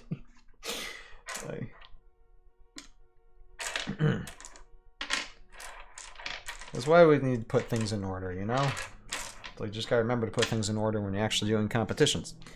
Alright, so Jotun did his thing, which is fine. Now, we're gonna move some more Dreadgul Raiders up here. Let's see here. 5, 1, 2, 3, 4, 5. Okay, let's Dreadgul Raider here. Rest of these, 1, 2, 3. Okay, we'll move 1.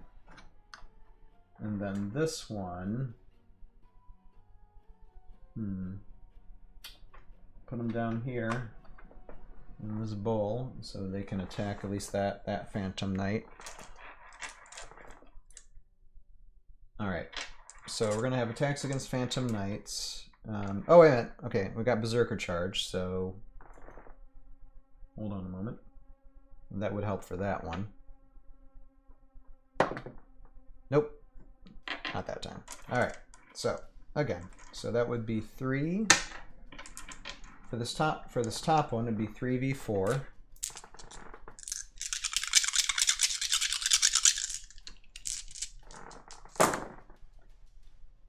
And got him. Got him in the pit trap. See, I mean, I would have moved that Phantom Knight a long time ago, but he was stuck. So, and all it took was one hit. Phantom Knight down. And then I'll do this one against this one. And that would be 3v5.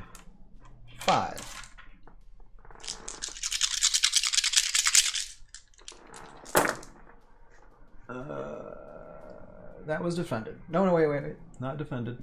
Nope, that's 3. Okay. So that Phantom Knight got taken out too. Yikes. Alright, well, so far Dreadgull Raiders are really owning the board well.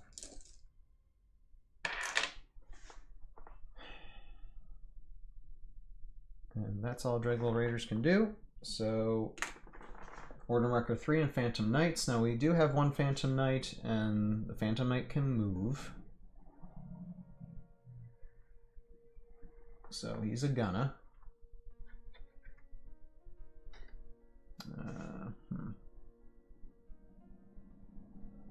Let's say keep Jotun. Jotun can stay put where he is. We're gonna move this Phantom Knight over here.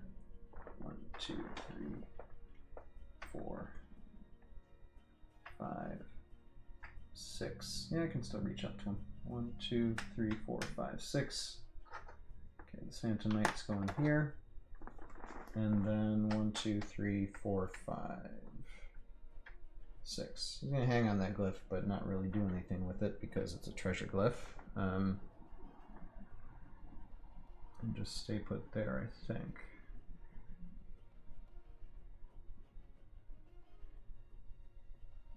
Alright, and so we're going to have Phantom Knights get after this Dreadgull Raider. And one will be 4v3, and another will be 3v4. So we'll do the 4v3 first. So this one on the top. Oh, here. This one on top there. 4v3. Alright, and that Dreadgull Raider's toast.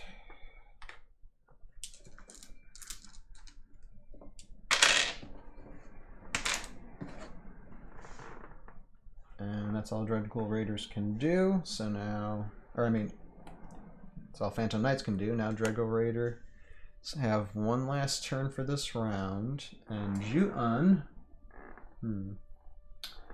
Jotun can move, and he can move down into the bowl. Why not? We've got to destroy as many Phantom Knights as possible, and he could do a wild swing. Wait a minute. Would they be adjacent though? Let me see here. 5, 1, 2, 3, 4. No, okay, no. These aren't adjacent to each other at the moment, too high. So wild swing would not work, but I could still do a full-blown 8 attack and then just totally take out a Phantom Knight, most likely. So I think that's what I'm going to do with Jotun.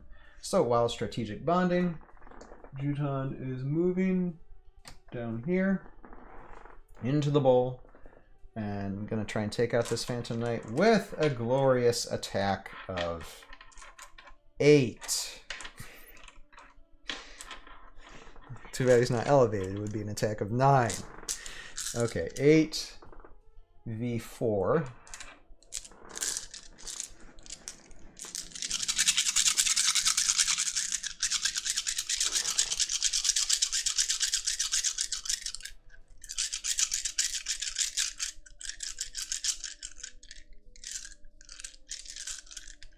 Although I could do a throw 14 too, but that's okay. I'm just gonna bash him. The throw seems kind of fun, but I'll wait a moment for that. Okay, well, that Phantom Knight did defend it. Wait a minute. Yep, did defend itself because it was 3 attack, 3 defense. So Jotun is just there in the bottom of the bowl now, but we do have Dreadgul Raiders we can move. We're gonna. Now that Dreadgul Raider would take any falling damage going there, so we have to move them around if we need to, and we need to get more up here. Okay, so let's move some. 1, 2, 3, 4, 5.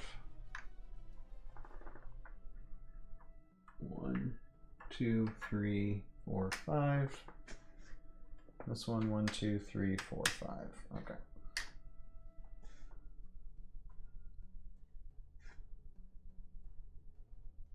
Actually, we can move on 1, 2, 3, 4, 5, actually. Alright, now let's roll Berserker Charge, see if these guys can move again. Yes, they got 18. Alright. That helps. Okay. So 1, 2, 3, 4. 1, 2, 3, 4. Helps only a little bit. 1, 2, 3, 4, 5. So 1, 2, 3, 4, 5. I'll put them up here. And then this one. 1, 2. This one. 1, 2. Okay. So now these raiders are gonna attack these knights a bit.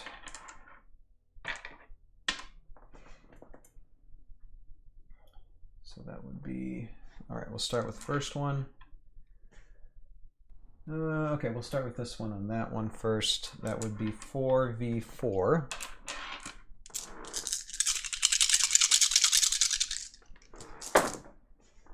And that is blocked. So we're going to do 4v4 again. And this Dreadgul Raider on that Phantom Knight.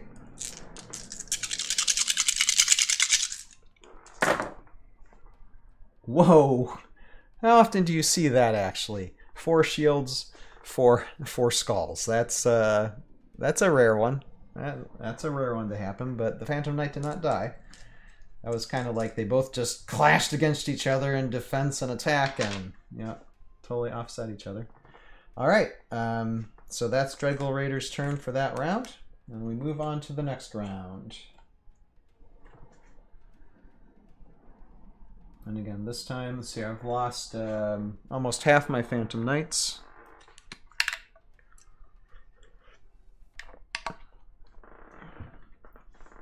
Jotun is a beast. Let's just put it that way. But we're going to have to move some Phantom Knights around him and try and own him, since now he's down. We can get some height advantage on him if we can win initiative. So let's begin the initiative roll. First for Dreadgul Raiders, that's 12. And then for Phantom Knights is a 16, so Phantom Knights do win the initiative. So it's order marker 1. And let me see here.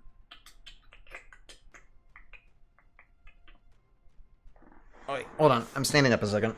I don't know if I want to move these two around or not. See here, they gotta move up 6. 1, 2, 3, 4, 5, 6. That could work, so we can get more Phantom Knights in there.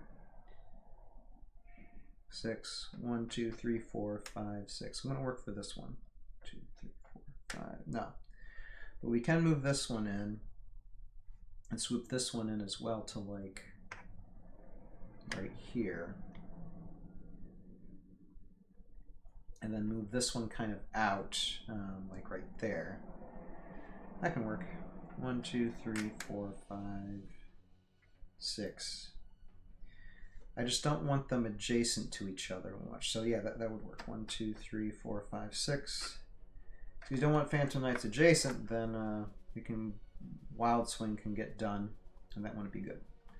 So this Phantom Knight's going here, and then this Phantom Knight is going to go right here. Yeah, that'll work. And so these three will be fighting them. All right. Oh, Phantom Knights. I know Dreadgul Raiders would probably be better to attack, but since Jotun is down there, well, actually, since Jotun's down there, he's not coming out. Maybe it's better just to focus on the Dreadgul Raiders themselves. But he's got a defensive 4 too, so no, that'll just be my plan. Look, this is the fun of doing these skirmishes, is learning, you know, whether or not it's a mistake to do that. Well, we'll find out. But we will have 4 attack against Jotun, and Jotun has a regular defensive 4, so it's going to be 4v4 with each Phantom Knight. Let's see if they can take out. Jotun's got 2 hits against them, or two wounds on him. So, okay, first knight, second knight, third knight. So first knight, defended.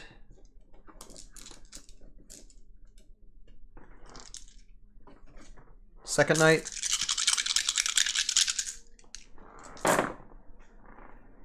got a wound.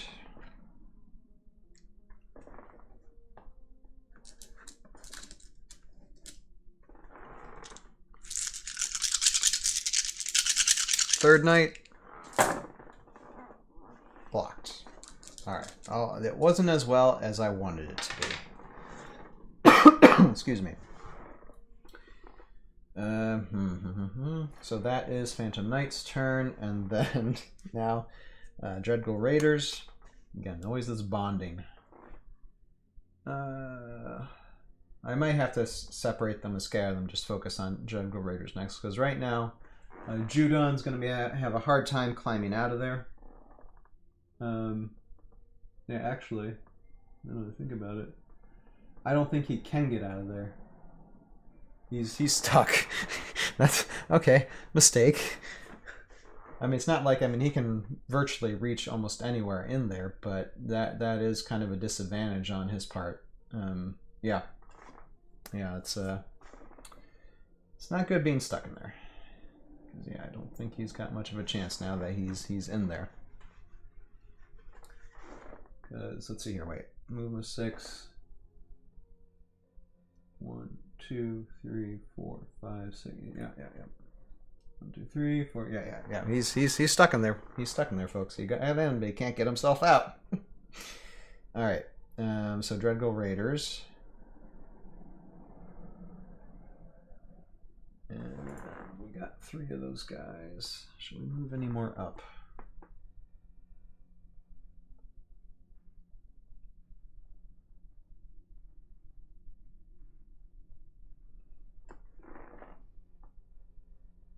Seeing how I can move these guys. Alright, that one's not engaged and can engage with the Phantom Knight there. This one can move up against that Phantom Knight. Unfortunately, this one's kind of stuck where he is. But yeah, I guess that's what we got to do too. Alright, okay. We're just going to be moving kind of like around Jotun to be there. And let me just roll for Berserker Charge, because this Dreadgul might be able to get higher on that Phantom Knight, even though it doesn't need to be any higher, but he can get up, you know, that way. So let's just roll for it. Nope. Alright. So they're just going to attack. Again, all but one are elevated, so it'll be 4v4, except for that one. So we'll do that one first. So this one is 3v4. 3 attack, 4 defense. Got him. Boom. Phantom Knight down. Yeah, Phantom Knights aren't great for definitely against melee units. So all right, 4v4. 4v4. Do that first one. Blocked. Next one. Again, 4v4.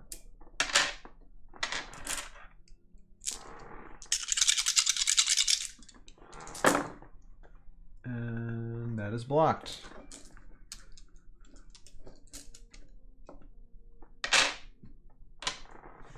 Alright, order marker 2. Phantom Knights, and we are down.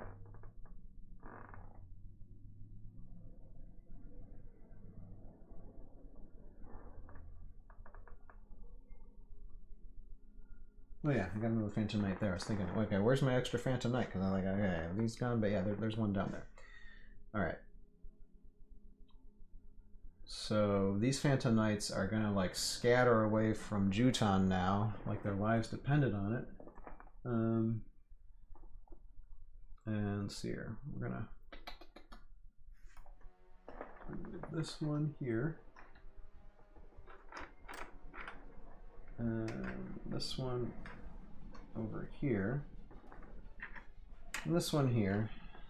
Get good advantage.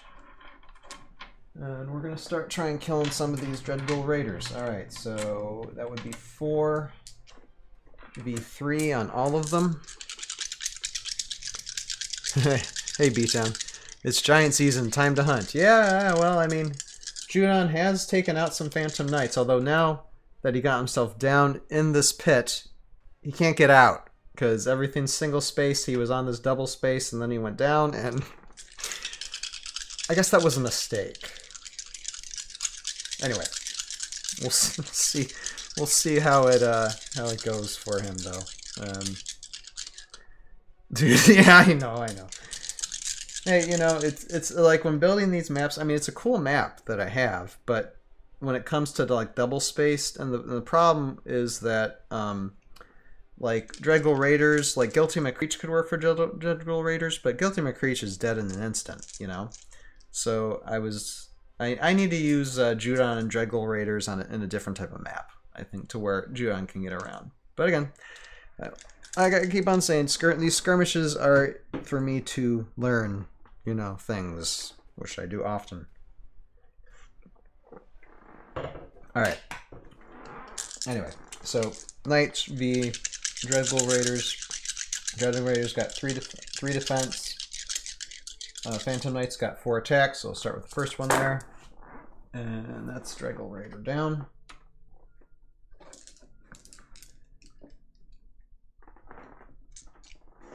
And I'll do this one.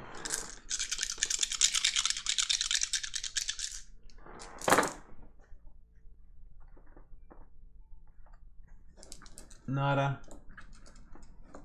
And last one. I love pirates myself for maps like this. Yeah, really. I mean, it is a ranged unit dream, actually. And with the Phantom Knights, they would actually do well against ranged units. I just didn't have time to assemble a ranged army. Probably would have been a good idea, but I just didn't have the time for it. I mean, I already had some of these armies set up, and yeah, just me being sick this past week really threw me out for a loop. Alright, so that Dreadgul Raider is down. Down. I'm actually going to replace my Dreadgul Raider proxies with these other Dreadgul Raiders, because they look cool, you know. Alright, so one Dreadgul Raider survived. And Phantom Knights done with the turn. Alright, so order marker 2, Dreadgul Raiders, and Jotun can go first. And he can actually move forward and swipe at that Phantom Knight. So he's going to bring the brunt of all 8 of his attack power to bear. Phantom Knight will have a defense of 5.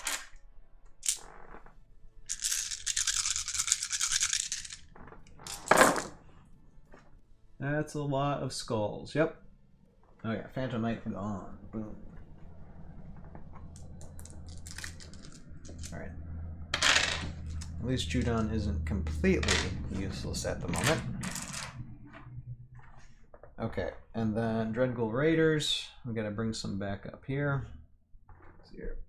1, 2, 3, 4, 5. At least these guys can climb the ladder. 1, 2, 3. 1, 2, 3, 4. 1, 2, 3, 4, 5. Alright, let's bring this one up here. And another 1, 2. Actually, wait. Actually, I can move this Dreadgul Raider up. 1, 2, 3, 4, 5. Wait, 1, 2, 3. 3, 4. Okay. Bring him up there. And let's see with Berserker Charge if they can do anything. Again, yes, 16. Alright. So they can move again. 5 more. 1, 2, 3, 4. 1, 2, 3, 4, 5. So we can attack that Phantom Knight, and this Raider can come here. 1, 2, 3. And attack down on that Phantom Knight. So that would be 4v4.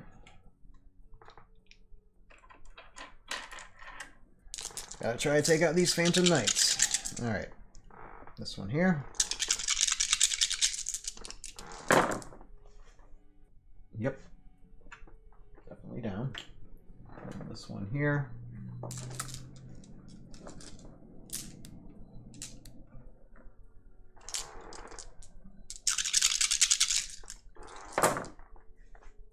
And block that time. Okay.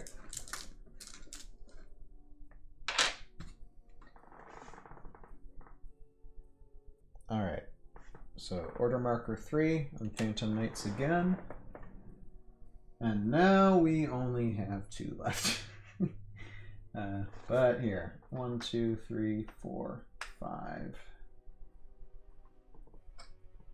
And then we're going to move this knight here. And just actually, wait a second. 1, 2, 3, 4, 5. Let's actually get at that Dreadgul Raider. Okay. So that would be 4v3. So Phantom Knight, Dreadgul Raider, blocked. And then this Phantom Knight, Dreadgul Raider, blocked.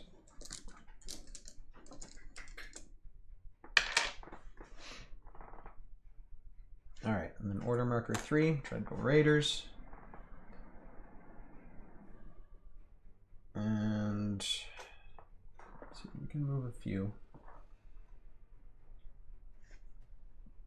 First Jotun. Wait a minute. Wait a second. Jotun might be able to do something here. 1, 2, 3, 4. 1, 2, 3, 4, 5, 6. Nope, nope. You need an additional move. Ay. So yeah, he's got to stay put. So I'm not going to take a turn with him, so I can add 1 to the attack value of the Dreadgul Raiders card with Wild Strategic Bonding. So that's what I'm just give him +1 and try and attack these Phantom Knights. So 1, 2, 3, 4, and then this one 1, 2. This one 1, 2, 3, 4, 5. And let's just try roll for Berserker Charge again. Then got it. So this would be lower attack. That's okay. All right. So 3 plus an additional 1 attack value because of Wild Strategic Bonding not used, and then So we'll do that one first, and that would, for that one, that would be 5 defense. So 5v5 with this one right there. So we'll do that one first. Zombies would kind of be fun in this map, although it would be tough getting a zombie Hulk around on this one though too. But zombies by themselves, yeah, that would be fun. Or thralls, you know. Okay, so that's 2 hits, no defense, so a Phantom Knight got taken out. And we're gonna be doing 5v. Actually, yeah, 5v. Why I did that? Well, that's okay. It was 0. Okay, so 5v4 here.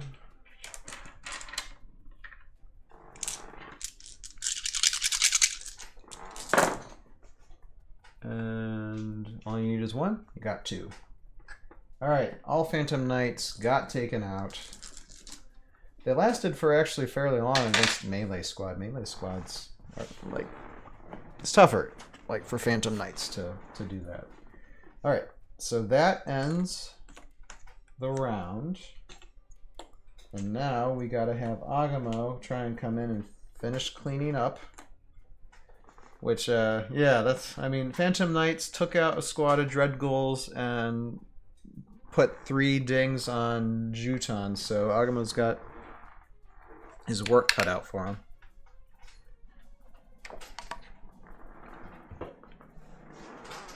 But let's roll for initiative. So first, Raiders, 12, Augamo, 14. So Augamo does win initiative. Now, poor guy's just got to climb. 1, 2, 3, 4. So that's all you can do.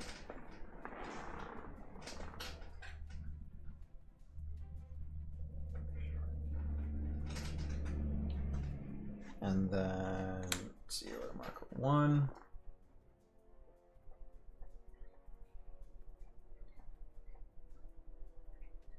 And, okay, Dreadgul Raiders again, and I'm going to start probably attacking Augamo here.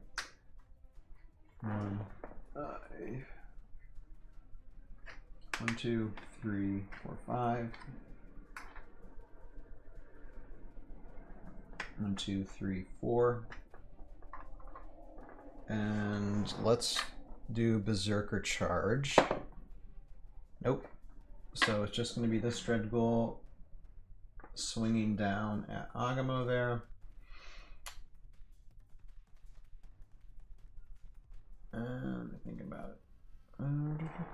So that would be 4, 5 attack down Augamo. Augamo does have a 6.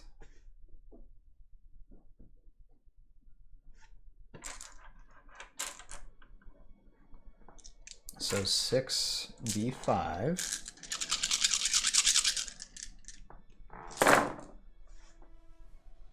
Augamo does get 1 wound on him.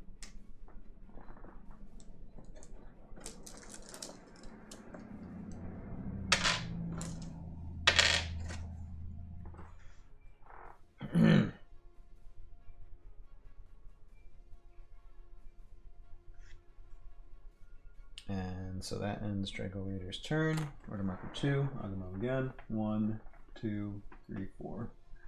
Poor guys slowly lumbering up there. And actually, yeah, okay. So what I'm doing is I'm do headlong charge special attack because that works for that. And so he passes by, and you can attack before, during, or after moving, and that works for it. So he can attack the Dreadgul Raider while performing that. And let's see here. So Dreadgul Raider will be defending. So it'd be 4v4.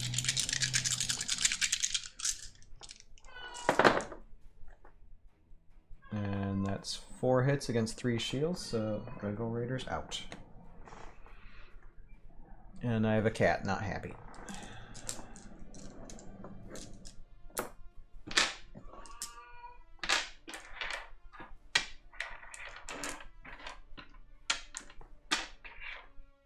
well, at least you took him out with a headlong charge there. That's useful. That's useful. Okay. Order marker 2, Dreadgul. And again, wild strategic bonding. I'm just going to do a +1 to their attack. If we can get anybody there.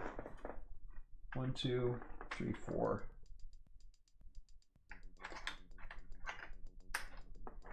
And again, I'm going to replace the proxy with an actual figure. 1, 2, 3, 4, 5. At least we got one. 1, 2, 3. 1, 2, 3, 4, 5. Okay.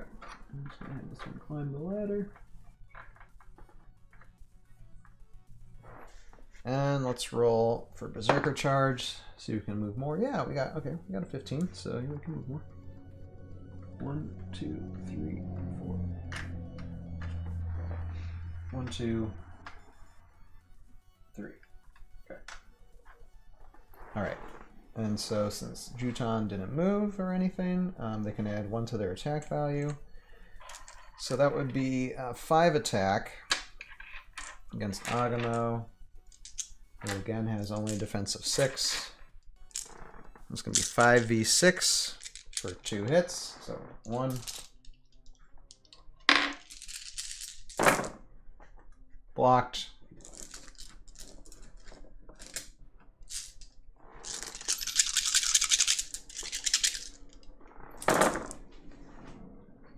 And another wound on Augamo. So that's 2.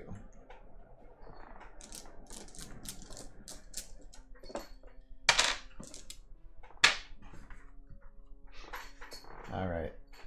So order marker 3, Augamo, and now this time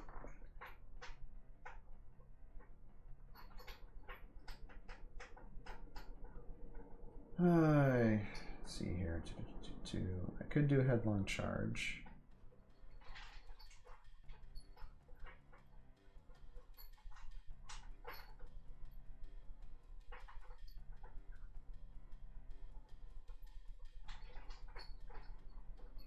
Okay.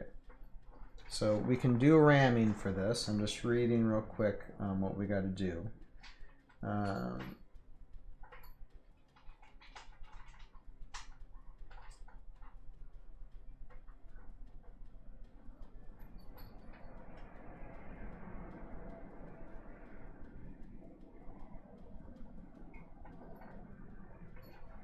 I can take falling damage. Okay.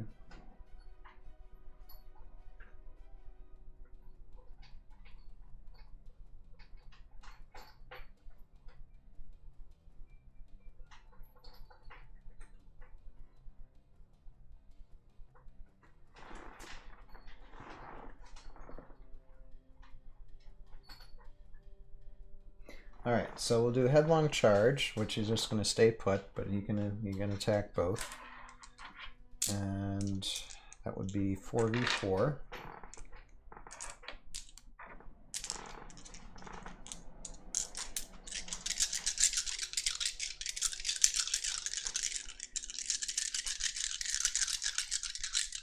So we'll do first one on the top there.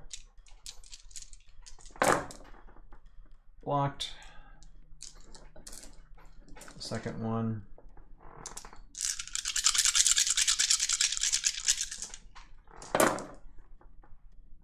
Second one got taken out.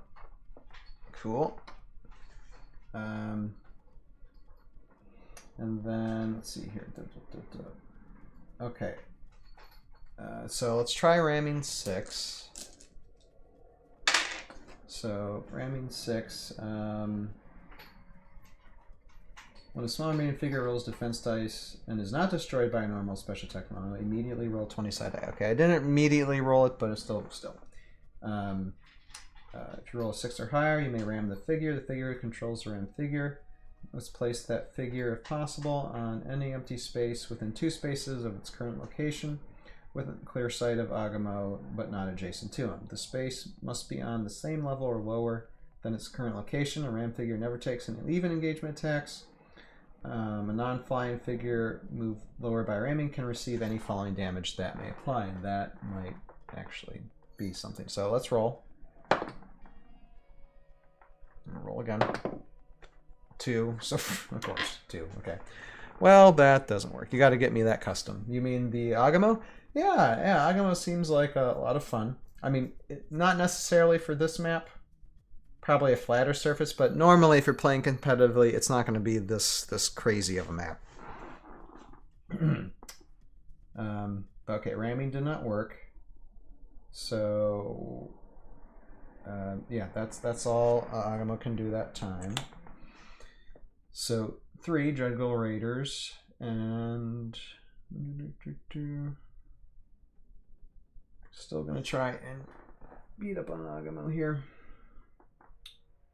So the Dreadgul Raiders staying put, and see this one. Actually, 1, 2, 3. Okay, doesn't matter. Move that one there, and this one. Here we go. Place the proxy. 2. 1, 2, 3, 4, 5. Okay. So up the ladder it goes. And Berserker. Yes, we do. 1, 2, 3, 4, 5. 1, 2, 3, 4, 5. And the same spot again. Alright, so again, they get an additional +1 plus elevation against Augamo, whose defense is 6.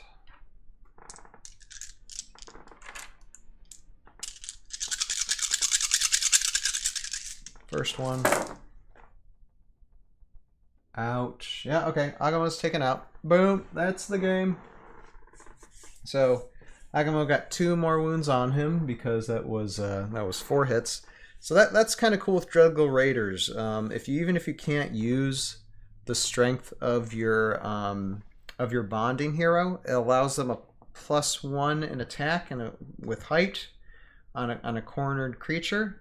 That gets them. So Dreadgul Raiders, like the Bears, have won the day against Augamo. I don't know, probably for next year's Hex Bowl, I'll probably have a flatter.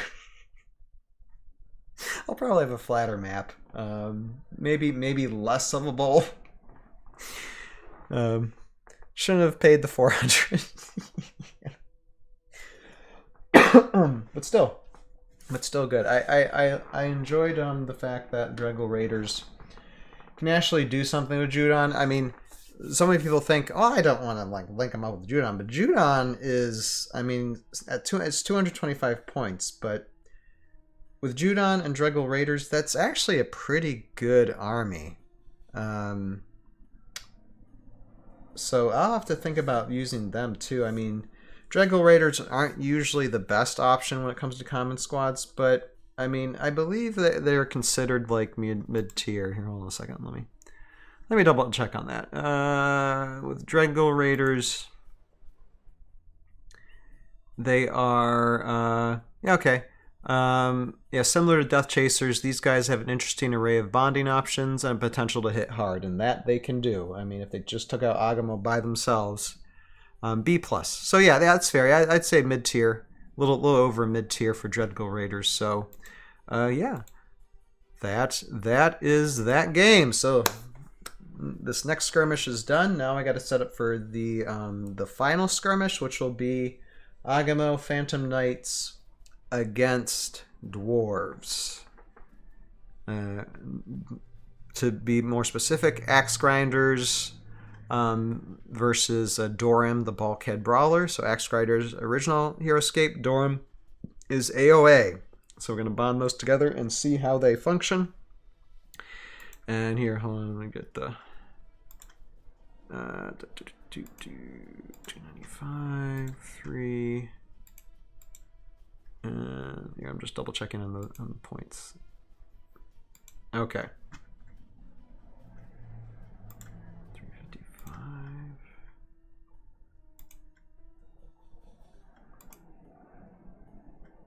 Okay. So yeah. All right. So let's set up for the next round. Again, I'm just gonna play some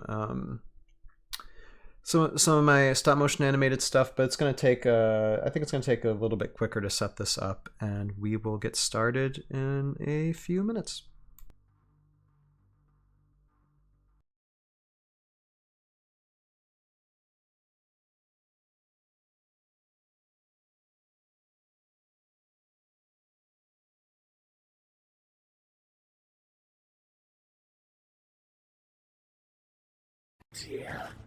You are a hot-headed one, Fire. Unfortunately, even though Korok wanted to kill us, he is the only option to rescue Toothpick, Mariku, and Shotgun as fast as possible. I'm fine, but how about after we rescue your friends? Can I burn you to a crisp then? Agreed. I like your attitude, Fire. I am still wondering, why are we along for this trip? Well, because both of you have lots of help to offer us. Really? Like what? Like, well, because you have a spear, and you have a bow and arrows. And how is that gonna stop someone with magic powers like Korok? Ah, yeah, well, good point. Henderson, you tell him. You guys, did hold off Korok from killing Kelda. Yeah, sure. We did hold them off for a few seconds. Plus, we needed them with us so they could not report back to Einar, but it might be good not to mention that. Break time is over. The border to Thay-Link Tundra is just a few steps away. It should not be too long of a journey to where the Mara are. How is this border just a few steps away? We are talking about ice and snow. And we are in a grassy forest right now. There is no way we are going to have ice and snow just like that. We would have to... Oh. Well, what do you know? Just like Kelda said. Ouch! Kinda slick, eh, Henderson? No one told me this is gonna be cold. Wow. That was an interesting land transition. Don't you think so, Soldier Dan? Whatever. Like Folly. My name is Lieutenant Daniel Taylor. Remember that. All enemies fear the sound of my name. All enemies fear the sound of my gun. I will make all perish and squeal at the sound of my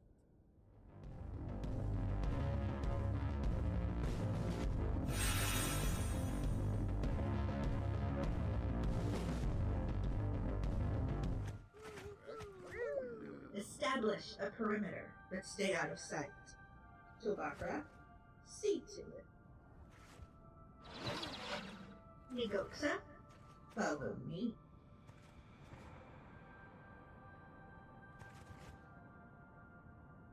Excellent.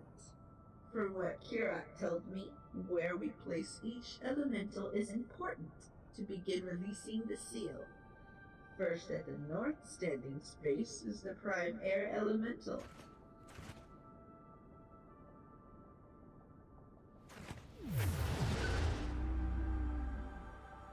Then the prime earth on the south, and the prime water on the east.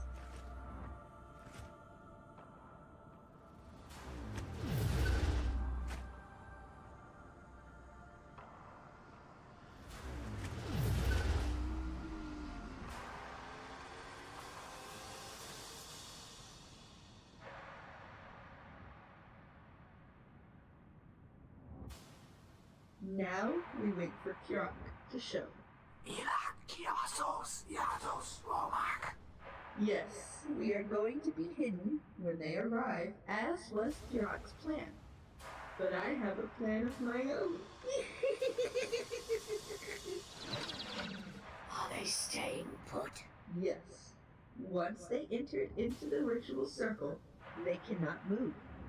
Now, Tulbakra, when Kurak arrives and finishes breaking the seal, you will transport me to his position, and we will destroy him. Alright, yeah, isn't that... Yeah, I saw that on Twitch. I reported that beatdown here. So let me get this. Okay. Let me turn that off. And we're going to get into this next round in a second.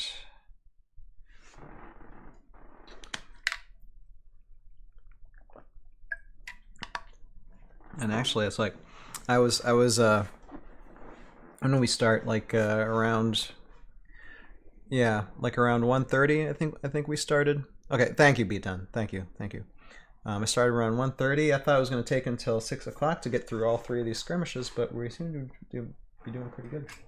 All right, I'm gonna leave this treasure glyph here because we didn't reveal it last game, so I'm gonna put that there and pull out just one more glyph to put on the other side. Since the pit trap did its job. Here, hold on. I'm gonna do this at random. I cannot see it. And I'm just gonna put it. Ah, it's another treasure glyph. Alright, we'll see what that does. Alright, let me set this up. So now as far as armies goes, let's just take a look at, again, it's going to be the same Augamo and Phantom Knight army as last time. Around like 365 Delta, 365 Standard, 380 for Delta points. And then challenging them this time will be Axe Grinders and Dorim. And here they are. So for Axe Grinders, it's going to be 3 squads, and again for points it's 355 Delta, 310 Standard. So actually they're a little bit lower of an army. A little bit lower value, although yeah, slightly lower of an army. So we'll see how they do. But I only have 3 squads of dwarves, unfortunately. So yeah, we'll just have to deal with it. But when it comes to Axe Grinders, they have Dwarven Strategic Bonding, Fearless Advantage, and Climb +2.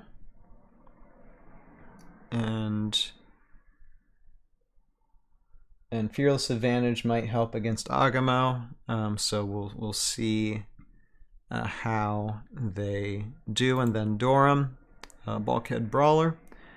We have a thing called Charge. If Dorim attacks an opponent's figure during his turn, you may the move value of all your army cards increase by 1 until the next time you reveal an order marker, which would help with Dwarven Strategic Bonding, because it doesn't say an order marker on Dorim, just an order marker. And you got Chain Axe. When rolling attack dice before defense dice are rolled, you may re-roll 1 die that did not roll a skull. So we'll see how Dorim does with synergized with Axe Grinders. Here, bring it back up. Excuse me. So let me just get this set up here. And get order markers set up. Let me think about this. I suppose we just bring in Phantom Knights again. Although I might want to change things around a little bit here. Alright. I'll get some background music going. Okay, let's get started. Final round. So far, the Augamo team has been bested, but I think the terrain has been kind of a disadvantage, especially for Augamo. Augamo's single-based, but he doesn't climb very fast, and since he can't use the ladder like we used in the first game, that's okay. Bears couldn't use the ladder too, and they used him anyway. we're gonna have to, yeah, he just has to go single file up. So, and we'll see how things go. This should be an interesting matchup. Let's get started. All right, initiative roll. First for dwarves, they get a 3. Augamo team gets a 6. So Phantom Knights got order marker 1 on Phantom Knights. They can go first. And let's see here, all treasure glyphs right now, so they can't really get anything. All I can do is start controlling the field. 2, 3, 4, 5, 6. I mean, actually, I know one thing though. Phantom Knights, like if it was just Phantom Knights by themselves and no Augamo, that would actually be a really fun unit to use for this type of map, because Phantom Knights can go anywhere. I mean, their mobility is a lot for a map like this. 1, 2, 3, 4, 5, 6. 1, 2, 3, 4. Let's see. 1, 2, 3, 4, 5. Wait, okay. Yeah. 2, 3, 4, 5, 6. Okay. This one here. 2, 3, 4, 5, 6. All right. Bring them there. Okay. All I can do is pretty much move though. And now we have axe grinders and dwarven strategic bonding. So Dorim gets to go first. Oh, and I gotta take this one off because this was meant for Jotun, and we don't have a double spaced miniature for this round, so I can take that off. Okay, where is Dorim gonna go? Let's see, move a 5.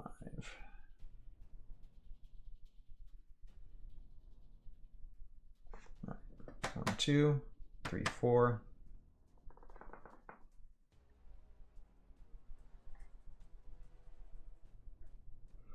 I'm not going to be able to attack anybody this round, or maybe he can just climb. 1, 2, 3, 4, 5.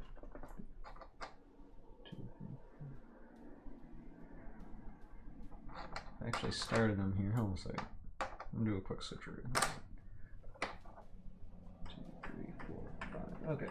Yeah, I'm just going to climb. Let him climb up them ladder. And then we're going to have these dwarves. We'll have one dwarf come up here.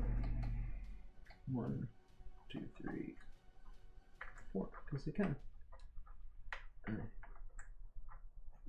Ladders are really useful for that. Okay, and I gotta remember, I have 4 dwarves that I can move, you know. So 1, 2, 3, 4. 1, 2, 3, 4. Let's see here. 1, 2. There's my underneath here. All right, yeah, I move 4. Okay. Yeah, and here I just want to show you guys something too. For those of you who kind of despairs, like I don't have any dwarves, or dwarves are, you know, hugely expensive. Like I said, on this map, I only have 1 original squad of dwarves. The rest are painted. And again, I was encouraged by Heroscape, because Heroscape sent me a bunch of painted miniatures, but these dwarves, he just sent just the 3D printed molds of these guys, as basically just saying you need to paint them yourself. So I did, and I mean they're not perfect, but you know, you learn a lot when you start painting things yourself. And I mean, I'm not the best painter, but they work for proxies, and I like what I did with them. And it's just good to, you know, get yourself forced into figuring out how to do paints. Okay, so these dwarves can't do anything on their turn. Now these Phantom Knights are gonna swoop in. Okay. Let me think, or should I bring more Phantom Knights in as well? That's a good thought.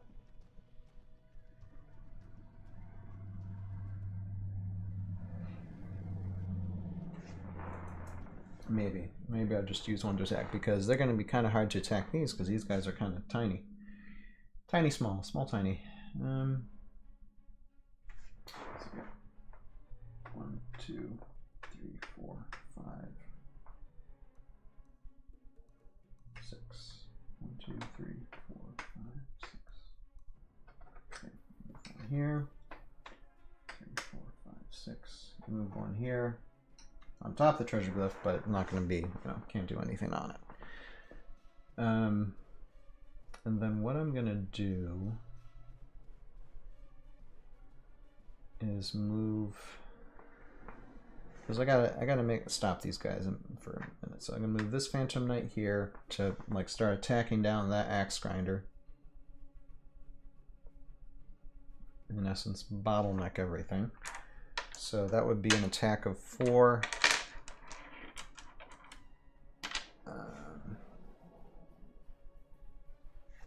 And it would just be in a defense of 3.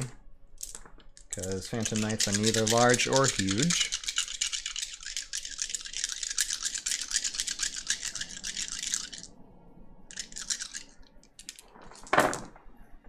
Blocked.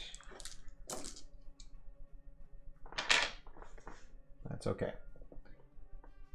Alright. So order marker 2, axe grinders, and again, Dorim. Alright, let's see. 1, 2, 3, 4, 5. Or 5.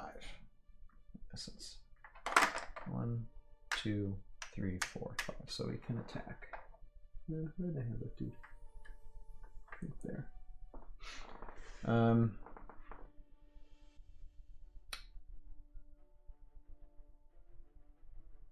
Yeah, okay, so let's attack that one. That would be an attack of 5. 5v4.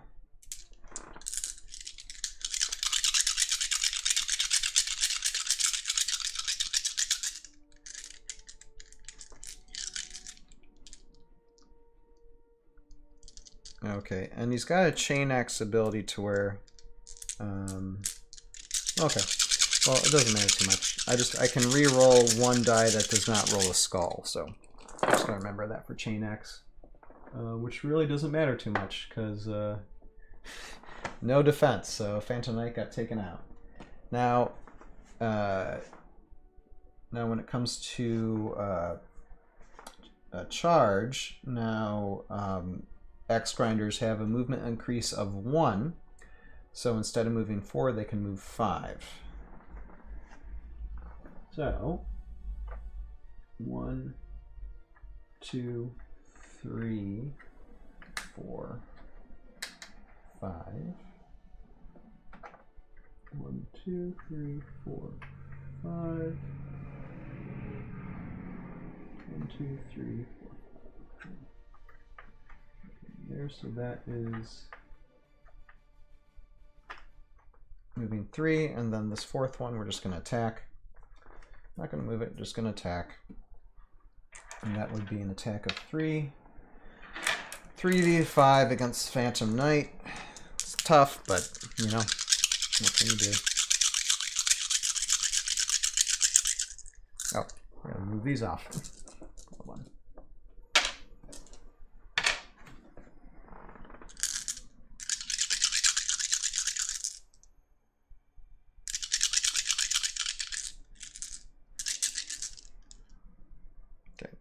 Okay, 3v5.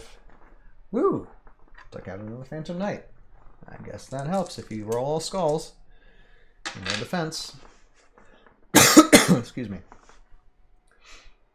Okay. So, order marker 3 is actually an Augamo. So 1, 2, 3, 4. He's got to start coming up there. We gotta make sure he's not bottlenecked by dwarves coming up, so I'm giving him some moves. Alright, order marker 3. And again, Dorim. Now Dorim was up there, and I think he's going to go back up. I think. Or can he...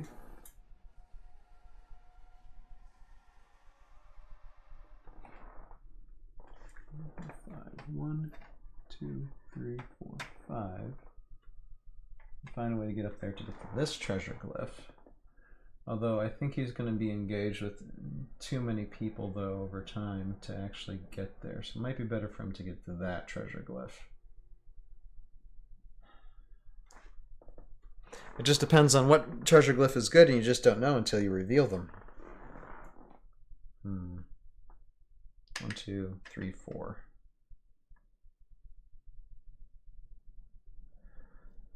Or should we try and take out that Phantom Knight? Let's take out that Phantom Knight and worry about treasure glyphs later. Alright, so that way these axe grinders can get an extra movement to them. Alright, so let us then attack said Phantom Knight with an attack of 5v4.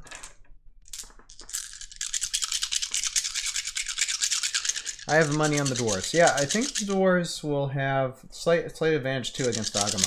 So, and I haven't played the dwarves often enough. I think it's because, you know, usually with like common squads, you need at least 4 or 5 squads. So I need to paint up, like I need to print out or get printed out and painted up at least 2 more squads of dwarves. But it's still, you know, still need to play them though to get used to them.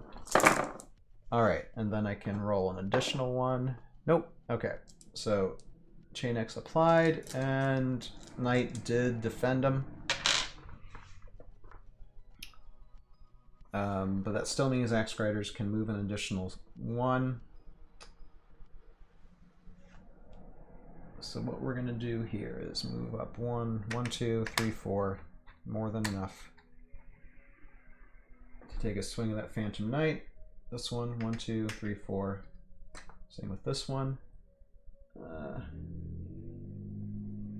1, 2, 3, 4, 5.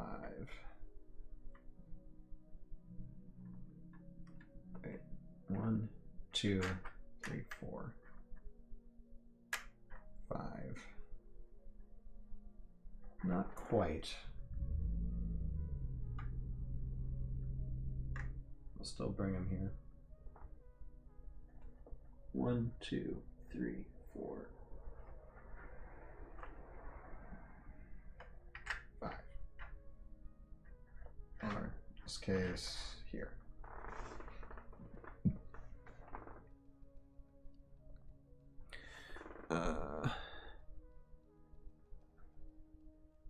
I should let you bet. Oh my goodness.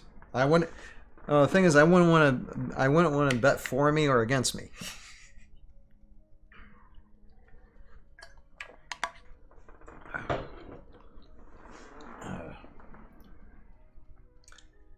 Oh, okay. I just gotta remember to move 4. Like moving 3 is one thing, and moving 4 is like, okay, I gotta keep track of things. All right, so we can have one swipe at that Phantom Knight. Well, it worked before, so we can try it again. 3v5.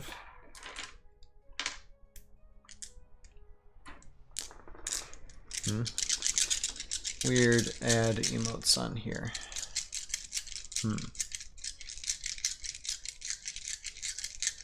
Oh, gotcha. Well, I mean, that happens sometimes for chats, you know.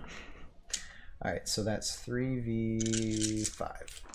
This one against Phantom Knight. Phantom Knight's taken out. If you don't roll your defense, then you're gonna die. So that's what happens with that. Alright. So that ends the round. Do you know what I'm gonna do? Think about this.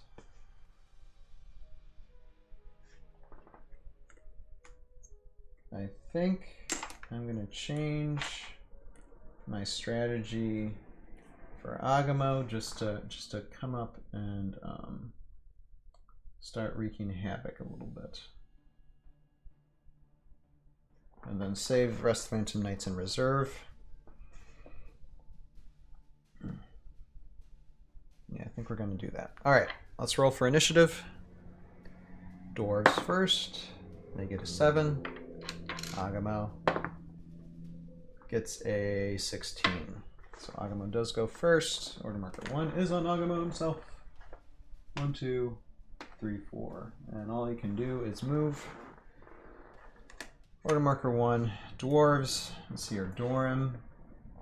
I'm not going to be able to give his dwarves a +1 this time around, but 1, 2, 3, 4. I'm going to have him try and go for that glyph first.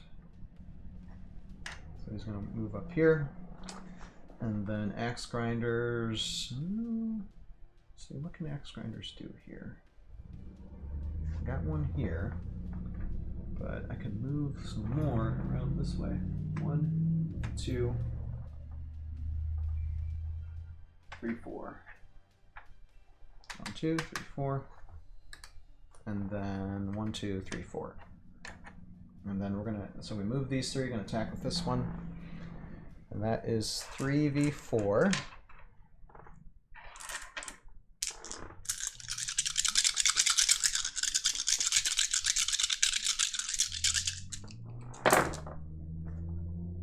Ouch, that hurts. Okay. Defended. Excuse me. Alright, that's Dwarf's turn. Now it's Augamo's turn. Let's see here. Oh, I got 1, 2, 3. 2, 3, 4, 5.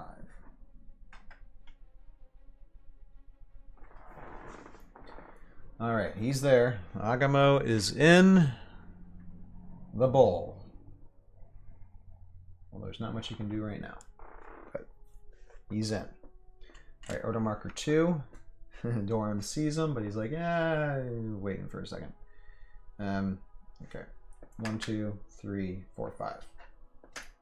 He's gonna try and get some magic glyphs here and see if he can get anything to help boost him up.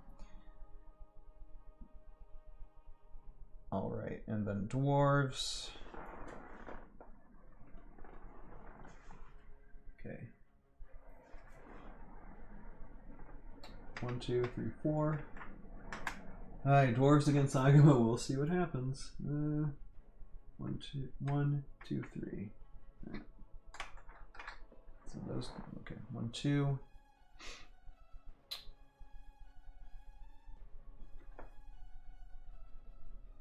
I'm gonna have move. Okay, 1, 2, 3, 4. For this one, and then we're gonna have this one attack this Phantom Knight again. Give him one more chance to get rid of him, because get rid of him we must.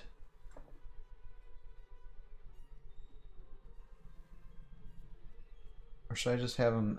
Should I just have him walk out and then give Dorim the chance next time?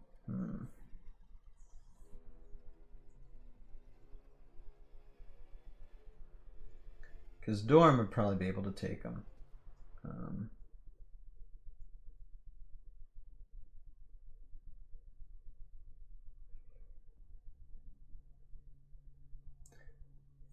Yeah, because either way, well.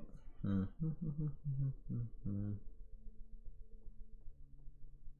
would still take a turn. Yeah, okay, let's try and take him out. Otherwise, Dorim wouldn't be able to get that glyph next turn anyway. So might as well try. 3v4. Got him. Bow. Alright, glyph is open.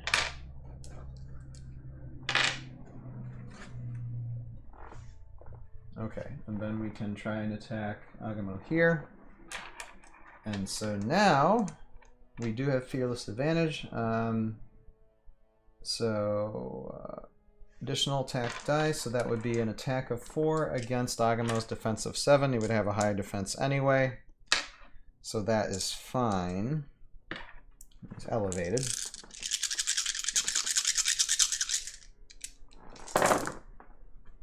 Whoa! Augamo got 0 shields and 2 hits for the axe grinder, so that axe grinder already laid 2 wounds on Augamo. Whoa.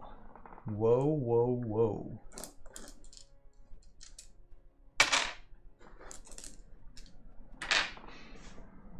This might be over before it's begun. Okay. Order marker 3, Augamo.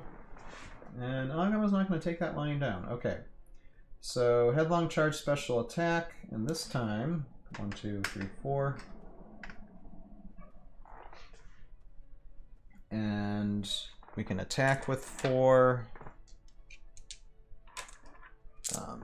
And with Fearless Advantage, he does have additional defense, so it's 4v4. Blocked. And we can try ramming, which could hurt that that dwarf a bit. Let's see here. Let's roll. That is a... what is that? That's a 9. So, 6 or higher, you may ram the figure. Figure who controls the ram figure must place a figure of empty space within 2 spaces of the current location. Within clear sight, the space must be in the same level or lower than its current location.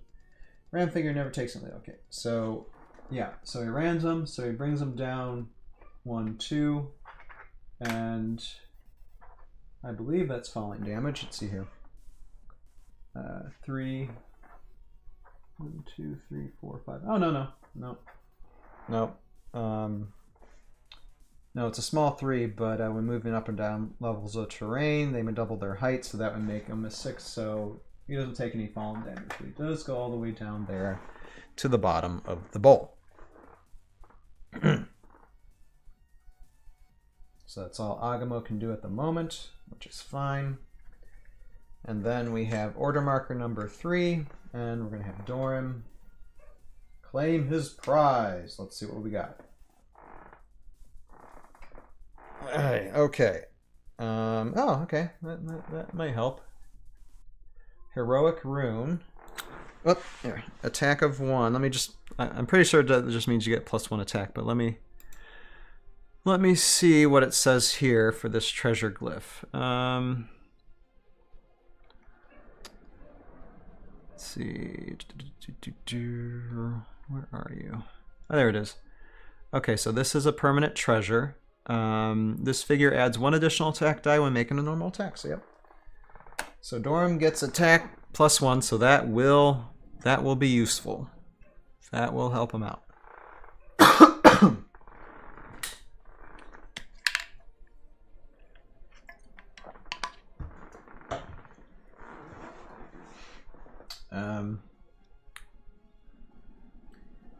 And I think, okay, 1, 2, 3, let's see here, what are we? Okay, so can't reach down for that Phantom Knight, so Dorim's done all he can do. Now it's Axe Grinder's turn.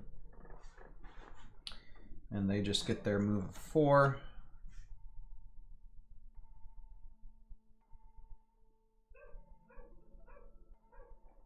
Okay, how many Axe Grinders? I got a few Axe Grinders up here, don't I?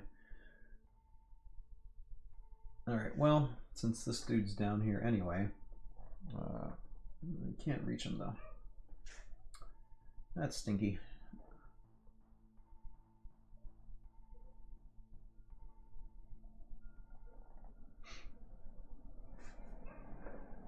Here, 1, 2, 3, 4. I already took 1 shot against Augamo, might as well take another. Let's see here. 1, 2, 3. Let's do this.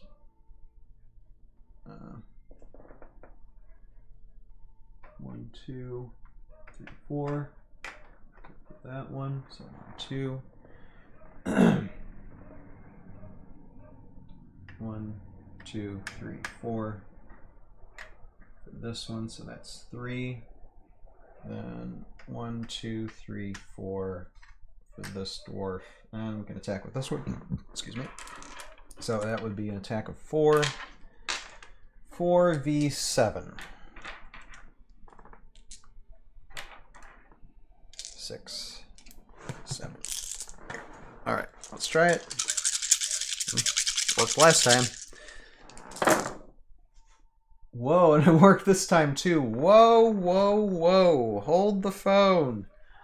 Augamo got taken down by little dwarves, not even Dorim. Augamo got taken down because Augamo forgot how to roll defense.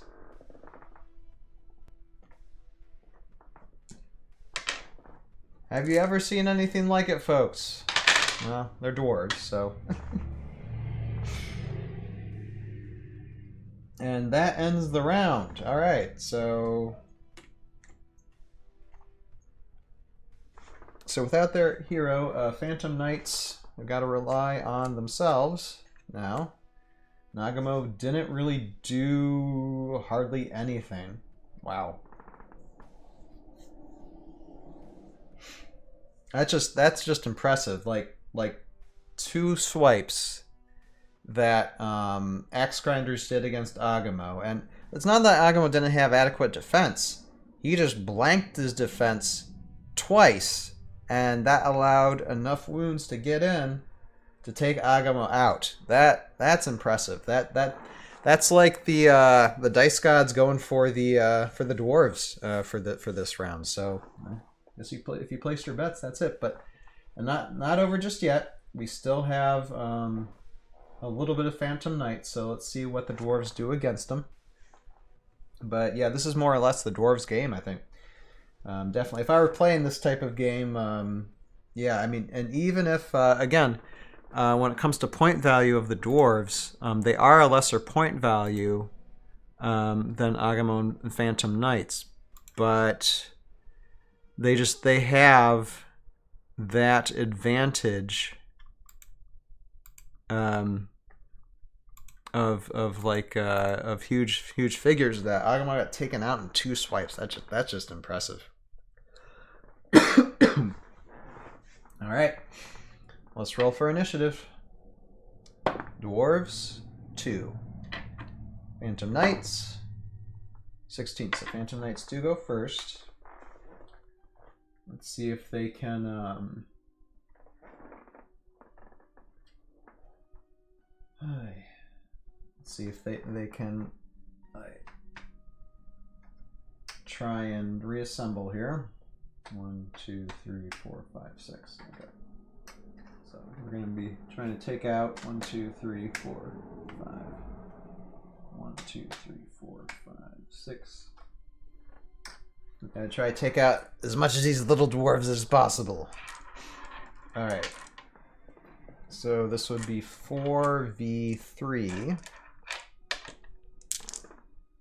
I gotta remember dwarves as being an option feature in Paint Up More because, yeah, they're definitely a fun army. All right, so 4v3. So we'll do this first one against this one. That is definitely a dwarf being taken out. Finally, an Axe Grinder got taken down. Finally. Yikes. All right, and then that one against that one, and 4v3. And yep, Axe Grinder got taken down. Actually, I'm gonna replace the proxy with an original. Okay. Well, Phantom Knights are kind of proving their worth here. Okay, but there's still plenty of dwarves left. So order marker 1, Dorim. Now Dorim is a small 4. He does not have a climb ×2, so coming down off here would be kind of suicidal. So he's got to move back around. 1, 2, 3, 4, 5.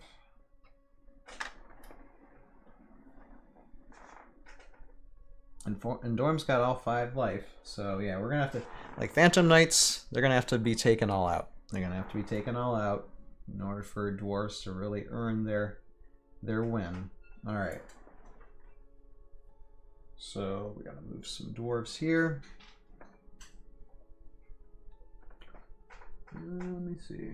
1, 2, 3. 2, 3, 4. Put a dwarf there. And I'm going to try to move more up. 1, 2, 3, 4. This one. 1, 2, 3, 4.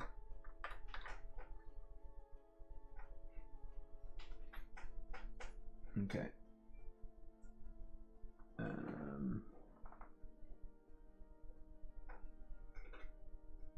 So I move 2, and let's see, are we move any more around here?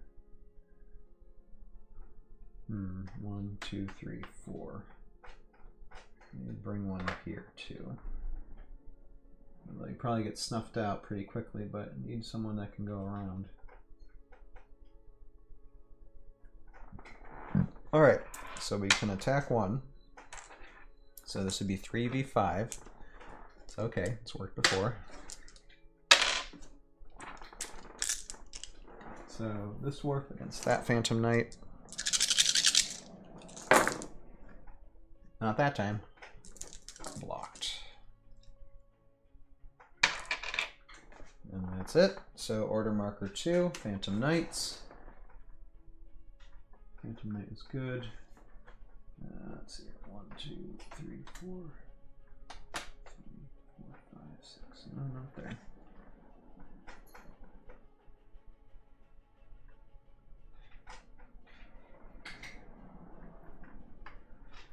Okay, so I'm gonna move this Phantom Knight here. This Phantom Knight's gonna go here, and they're gonna do their best to swing at these dwarves to make them pay. Dwarves must pay. Alright. So, defensive 3 for them, and this would be an attack of 4 against them. Alright, first we're going to swing at this one. Yeah, ouch. Okay, yep. Definitely taken out. We're losing dwarves, people. We're losing dwarves. And then this one. An attack. Yep. Dwarves aren't swinging their defense rolls good. And then this one.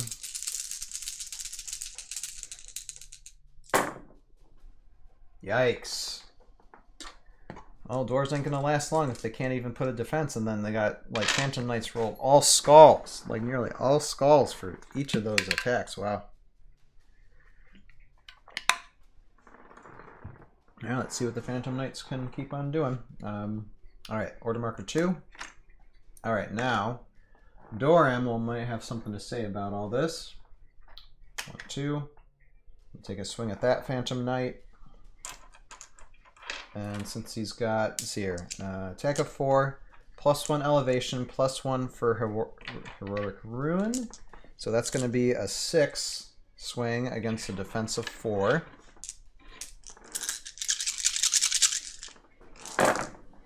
And then, not that it mattered much, but he gets a reroll for Chain X. But it's still more than enough. Takes out a Phantom Knight. And now dwarves get a +1 for their movement.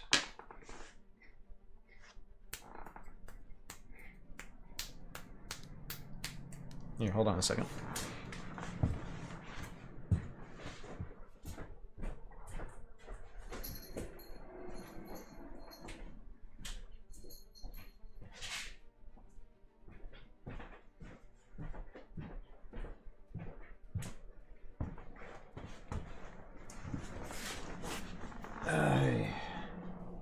So I gotta think, okay, dwarves moving, so they get a +5, or they'll get a 5 movement. So 1, 2, 3, 4. Alright. Not much good when they're climbing, but anyway, 1, 2, 3, 4. Okay. This one. And then 1, 2, 3, 4, 5. This one. 1, 2, 3, 4, 5. For this one. Okay. Couldn't attack much, but at least they're coming up. Alright, order marker 3, Phantom Knights.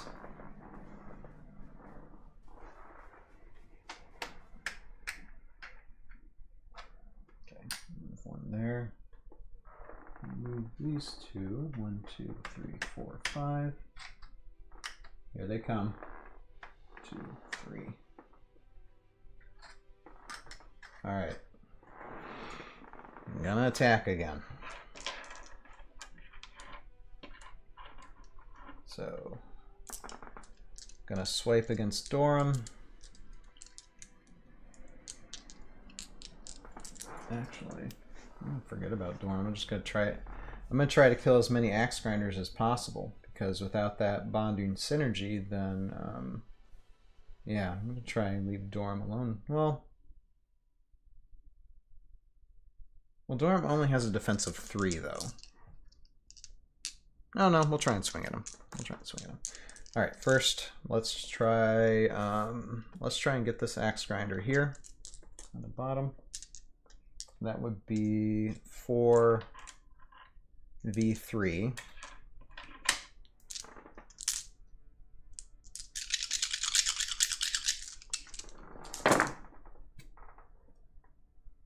And that got defended. And so we're gonna now take a swing at Dorim. That would be 4v3 as well.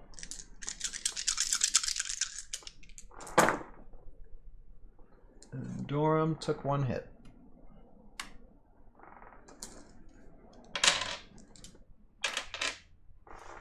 Okay, order marker 3. Again, Dorim, and he can't really disengage, so he's got to attack. So that is attack 4, +1 for Heroic Ruin. Defensive 4. He's going to attack this Phantom Knight here.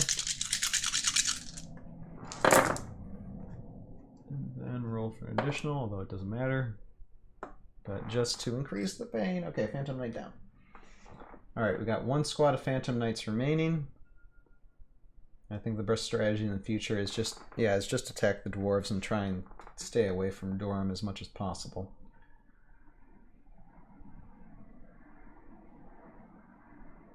Because even though we got 1 wound on him, you got dwarves everywhere. That's the problem. That's the issue. Alright. But okay, and we still got dwarves. Since Dorim attacked, these dwarves can move an additional again. Let's see here. 1, 2, 3, 4, 5.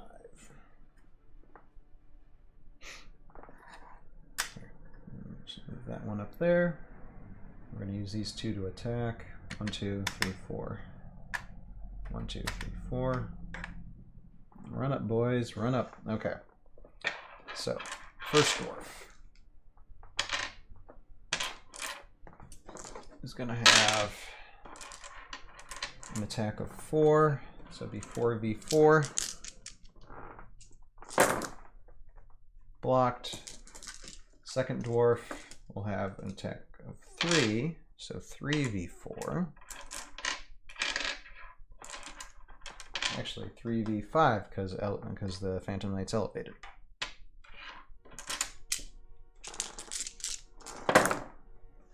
Blocked.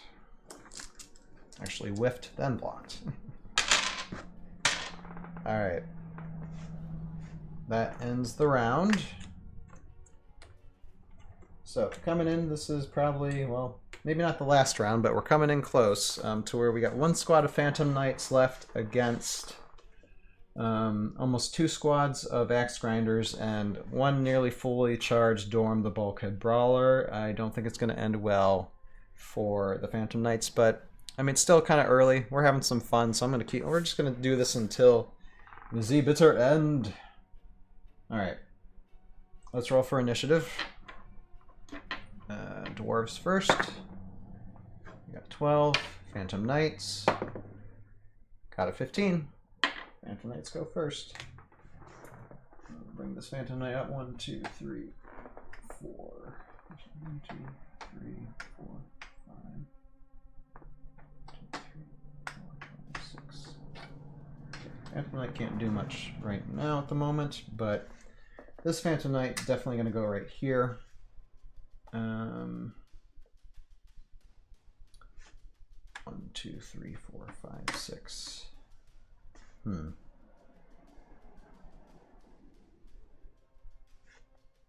2, 3, 4, 5, 6. This Phantom Knight's actually going to go down here and start pegging off the dwarves that are down that way. Why not? We might end up being swarmed by dwarves, but he takes one out. Well, there you go. So, okay. So, 3v3. Nope.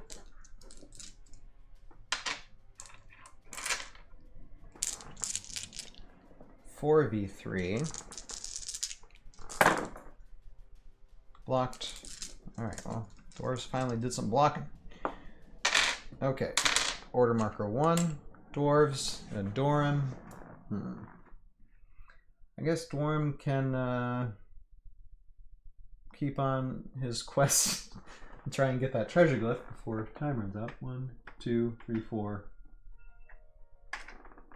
Alright. That's as far as you can move right now.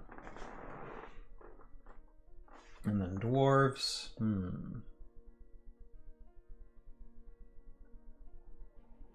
Okay. Well, we can try and swarm this Phantom Knight, actually. Let's see. 1, 2, 3.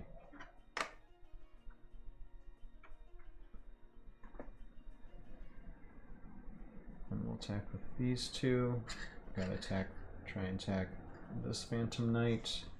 And let's bring another dwarf up here. 1, 2, 3, 4. Alright, so these are the 4 claiming. We're gonna attack with these 3. So 3v5 for this one.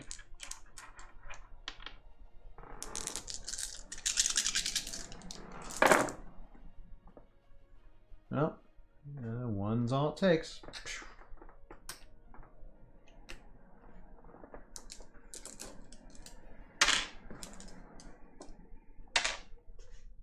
And then this one elevated, so 4v4.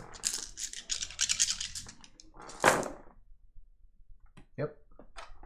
Alright, we have one Phantom Knight left, guys. One Phantom Knight left. Order marker 2. Let's see here. 1, 2, 3, 4. Okay. I'm going to try and take out that. That is 4v3.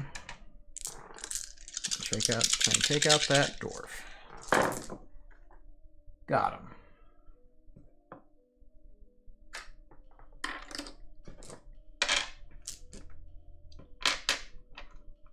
And then order marker 2. Dorim. 1, 2, 3, 4. He wants to try and get that other treasure glyph, even though it doesn't mean much because they're gonna win. But he's like, try. Okay, Phantom Knight, try and survive. Just a little bit more. Okay. So axe grinders. I gotta think how I'm gonna do this with these guys. 1, 2, 3, 4. So I got one up here. 1, 2, 3, 4, 5. Move one up the ladder.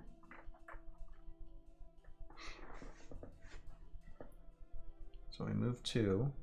1, 2, 3, 4. I'll just move this one up here. 1, 2, 3, 4. Move this one up here.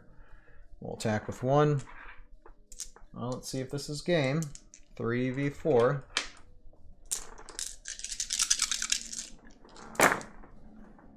Oh, blocked.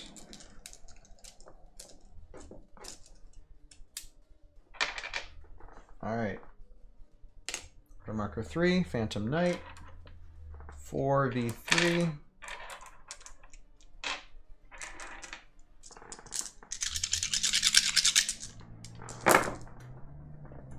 Oh, got another dwarf. And then wonderful bottlenecks, Actually, what might be a good battle is like dwarves versus monks. That might be fun. And I might want to do dwarves against actually, I should do dwarves against bears sometime. because they could do damage against bears, especially like if I want to get ranged bears. Have a bigger bear army. That might be interesting to try and field. And again, orc army too as well. Yeah. I'll have to think about it. When it comes to these things. Anyway, okay.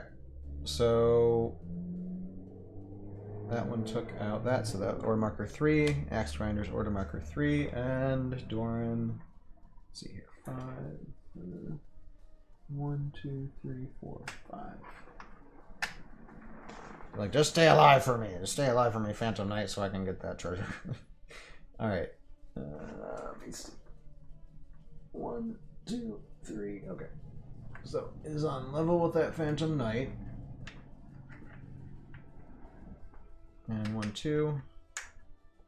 Going to be 2 hit swings at that Phantom Knight. 1, 2, 3, 5. This dwarf's going to take this ladder. So I only have 1 squad of dwarves left. 1, 2, 3, 4.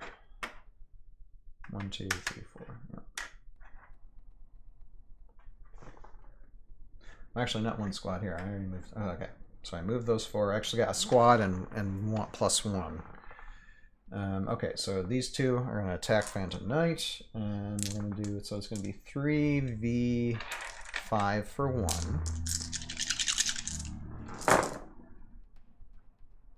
Blocked. And then it's going to be 3v4 for this one. Blocked. So for Dorim, you're saying there's a chance. Alright. I'm pretty sure this next round's going to be the last one. Let's roll for initiative.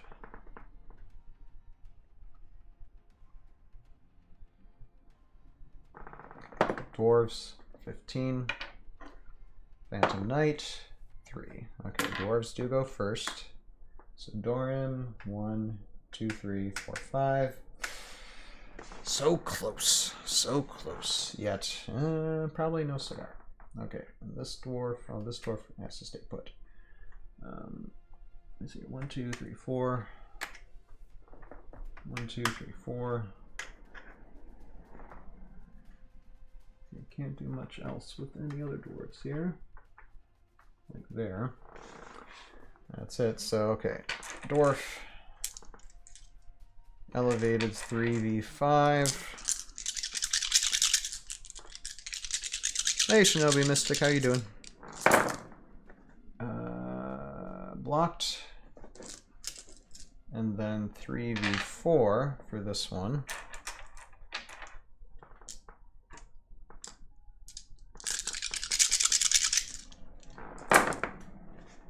And blocked. Okay, well, this lone Phantom Knight is defending himself a bit. Okay, order marker 1. Now, what this Phantom Knight is going to do is I'll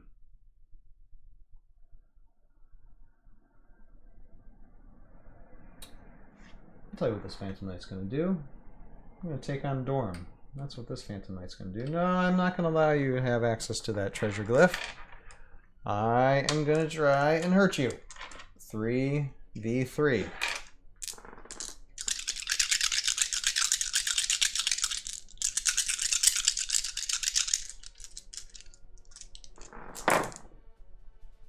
Okay, blocked. So order marker 2, axe grinders, and Dorim gets to go first. Now Dorim is ticked because he wants to reveal the treasure glyph, but he has to kill the Phantom Knight. But but as soon as he kills the Phantom Knight, the game is done, in which he won't be able to reveal the treasure glyph. Okay, I'm having fun with it. I'm me in my own head, you know, thinking things. But anyway, okay. So Dorim's got attack of 4 plus the heroic ruin, which is an attack of turns to attack of 5. Phantom Knight has a defense of 4. This is the hill that they're going to die on. So Dorim's going to take a swing. an additional roll, and Phantom Knight blocked it. But this means that Axe Grinders can move a little bit faster now. So they're gonna. Let's see here. 1, 2, 3, 4. 1, 2, 3, 4. I mean, doesn't help them much. 1, 2, 3, 4. What? 1, 2. 1, 2, 3, 4, 5. Just put it here. And then 1, 2, 3, 5. Okay, 4. But how you doing, Shinobi Mystic? We're just coming down. We're just finishing this last skirmish of 3 skirmishes we've done, which was Augamo and Phantom Knights against a different variety of armies, and this last one, of course, is the dwarves. Unfortunately, Augamo has now had a good time in this map. I'll have to rethink what I'm going to do next year when I have Augamo and friends face off against different armies, because this map was definitely against him. Probably going to need a little bit of a flatter bowl shaped map for the next one. Maybe with like road spaces to quicken up things a bit. Might help a little bit. But yeah, these armies have cleaned house against Augamo for sure. All right. So, that dwarves now. Phantom Knight again is going to take a swing. Phantom Knight's not moving. He's not moving. Like, you're not getting that treasure glyph. One's like, arr, curse you. Alright, blocked. Now, order marker 3, Dorim. Again, 5 attack.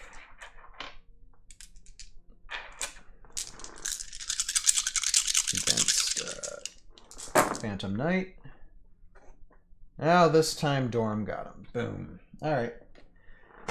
That ends the game. That ends the skirmish. So for the Super Bowl, well, the poor Golem did not win out anytime. Neither Phantom Knights. I don't know how it's gonna fare with like Chiefs or Eagles in the future, but that's how this Hex Bowl went for this year. So I guess I'm gonna wrap up then. There's nothing else really to do or say. I'm gonna clean up, and it's 5 o'clock now. So around I'd say 8 or probably more likely 8:30. Gonna come back on live and gonna have a 10-year anniversary, just a small party for the celebration of this YouTube channel being around for 10 years. I started this YouTube channel. Where are we at? February.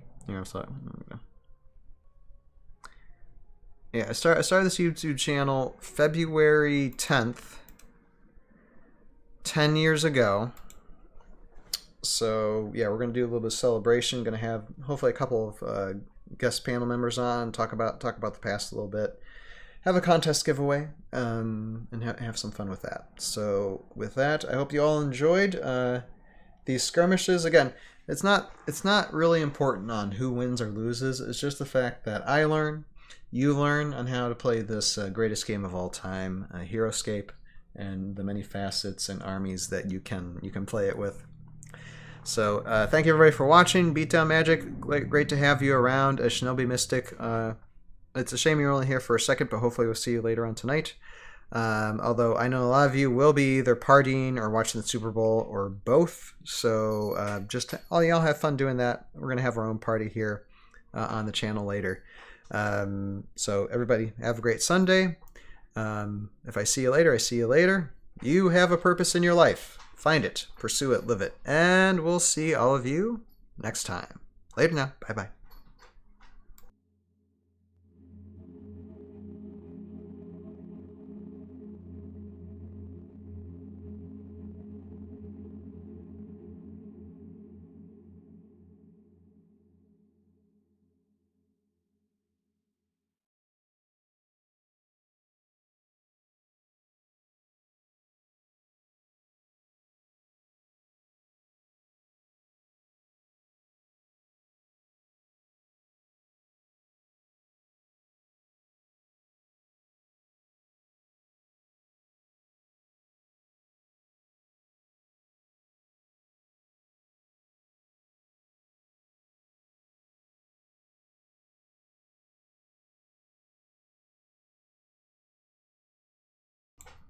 Thank you, Shinobi Mystic. Shinobi Mystic. Hopefully we'll see you around in a few hours. Later now. Bye. Bye.